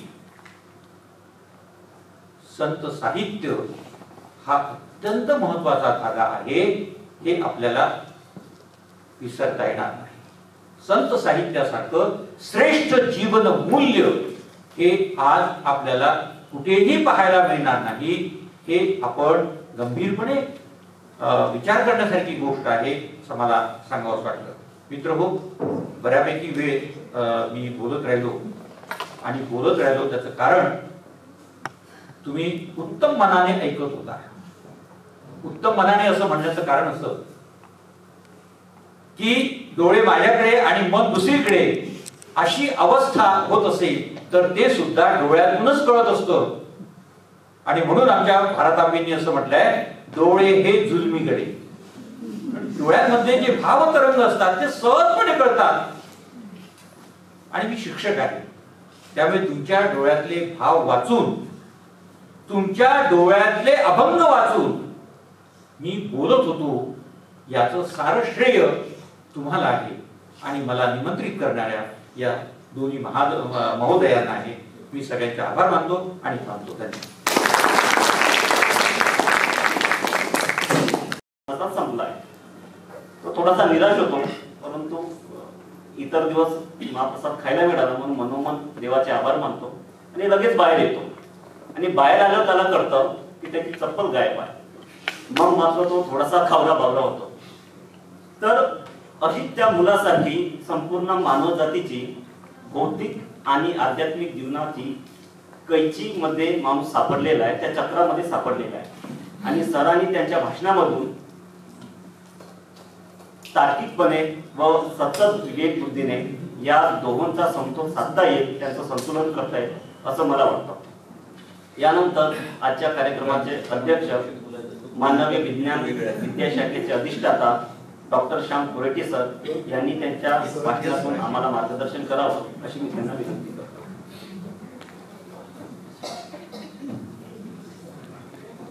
आजच्या या कार्यक्रमामध्ये अतिशय उत्तम मार्गदर्शन करणारे आणि आजच्या या व्याख्यानमालेतील संत साहित्य आणि आधुनिक जीवन या संदर्भात वक्ता म्हणून आज प्राध्यापक डॉक्टर अविनाश आवतगावकर सर यांनी अतिशय चांगलं सुंदर प्रकारचं आम्हाला मार्गदर्शन केलेलं आहे. सर, आपले खूप खूप आभार. विद्यापीठाच्या वतीने माननीय कुलगुरू आमचे डॉक्टर सुभाष चौधरी सर या ठिकाणी नियोजित अशा प्रकारचे अध्यक्ष होते, पण त्यांच्या अनुपस्थितीमध्ये त्यांनी ही दुरा माझ्यावर दिली आणि त्यामुळे मी खूप विशेष या ठिकाणी व्याख्यान करणार नाही.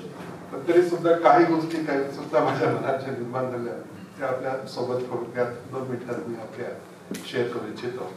आजच्या या कार्यक्रमाला उपस्थित राहिलेले सन्माननीय डॉक्टर राघव चौरे सर जे पुण्यावरून आपल्या सोबत आले आणि या व्याख्यानाला ते उपस्थित राहिले त्यांचेही आभार या ठिकाणी मानतो.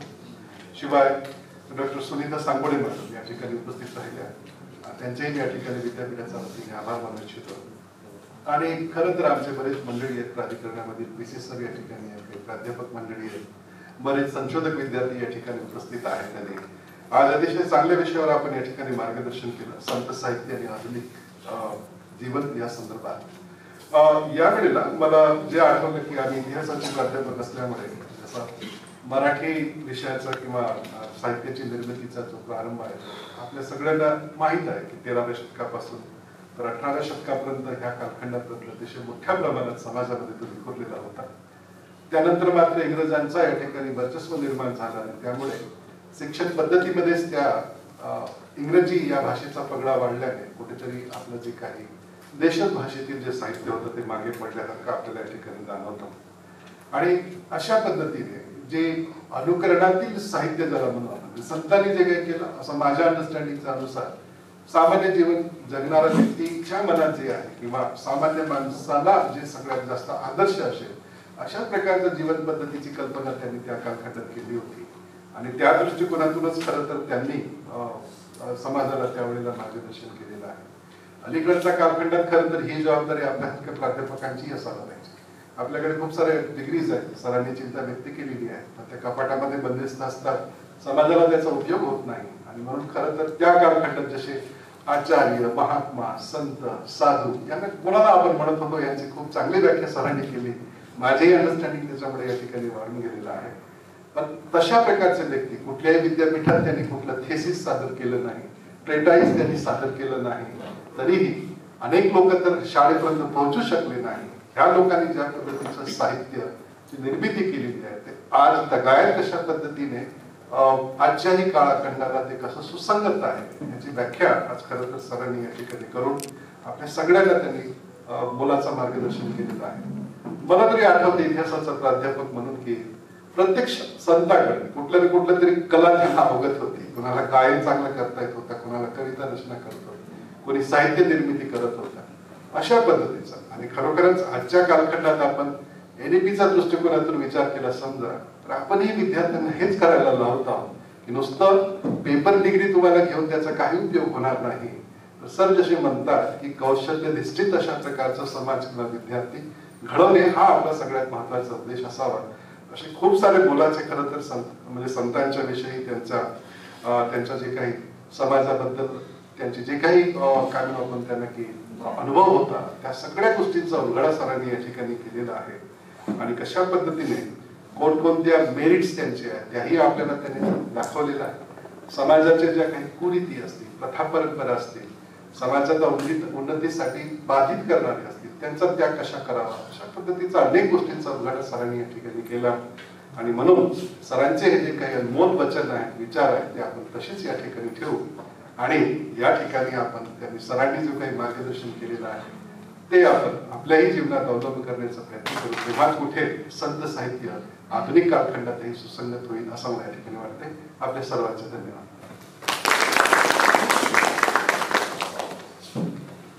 धन्यवाद सर. मित्रांनो, आपण आता कार्यक्रमाच्या अंतिम टप्प्याकडे आलेलो आहोत. आजच्या या कार्यक्रमाचे आभार मानण्याकरिता जयश्री देशमुख यांना मी आमंत्रित करतो.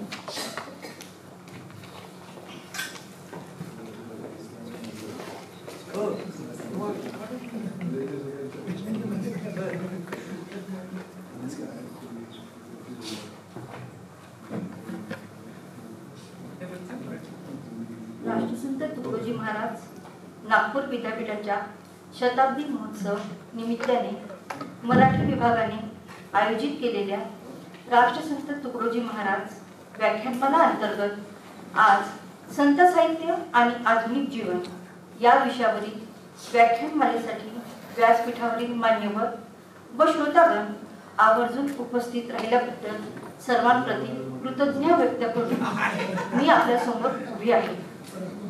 आज तुकडोजी महाराज व्याख्यानमालेसाठी पुणे विद्यापीठाचे माजी मराठी विभाग प्रमुख प्राध्यापक डॉक्टर अविनाश आबलगावकर सर यांनी आज विद्यापीठात उपस्थित राहून संत साहित्य आणि आधुनिक जीवन या विषयावरील सुरेख व्याख्यान मुकले. त्याबद्दल मी विद्यापीठाच्या व स्नातकोत्तर मराठी विभागाच्या वतीने त्यांचे मनपूर्वक आभार मानते. या प्रसंगी माननीय कुलगुरूंनी आपल्या अध्यक्षीय भाषणातून विचार मांडताना आपणाला बहुमत असे मार्गदर्शन केले आहे. त्याबद्दल मी त्यांचे मनापासून आभार मानते. विद्यापीठाचे माननीय कुलगुरू यांनी आजच्या व्याख्यानमालेच्या नियोजनामध्ये मोलाचे सहकार्य केल्याबद्दल मी त्यांचे आभारी आहे.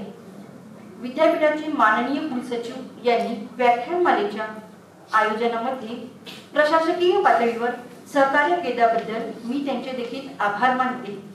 विद्यापीठाच्या शताब्दी कक्षाच्या सहकार्यातून ही व्याख्यानमाला आयोजित करण्यात आली त्याबद्दल शताब्दी कक्षाचे आभार मानते. आणि अध्यक्षाची धुरा यशस्वीपणे निभावणारे अधिष्ठाता मानवी विज्ञान विद्याशाखा डॉक्टर कोरडी सर यांचेही मी मनपूर्वक आभार व्यक्त करते.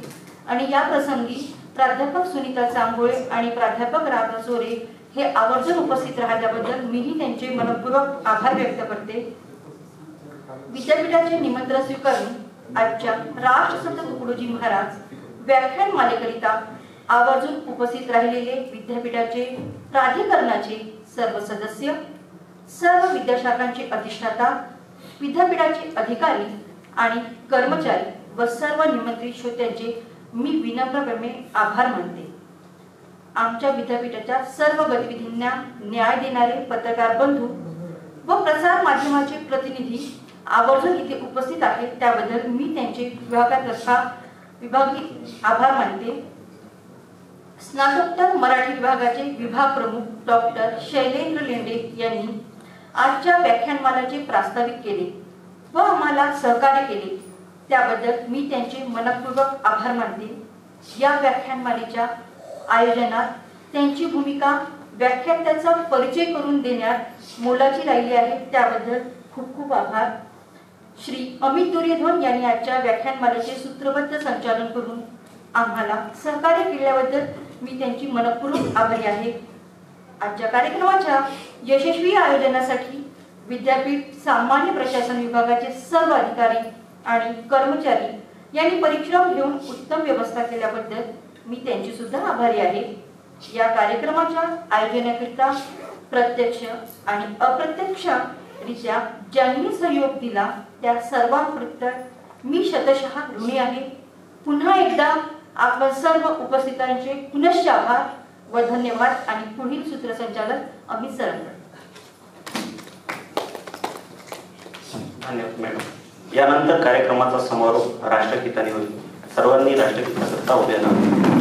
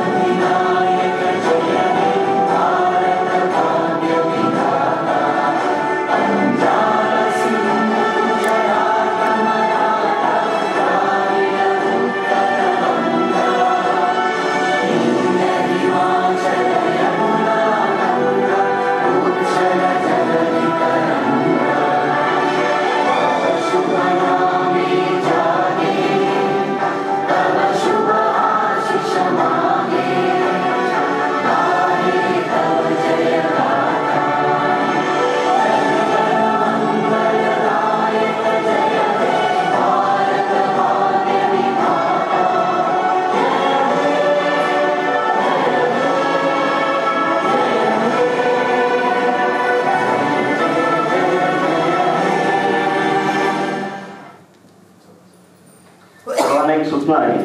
सभागृहाच्या समोरील पोर्च मध्ये चहा पाण्याची व्यवस्था केली आहे, तरी सभागृह सोडताना चहा पान आवश्यक करावा.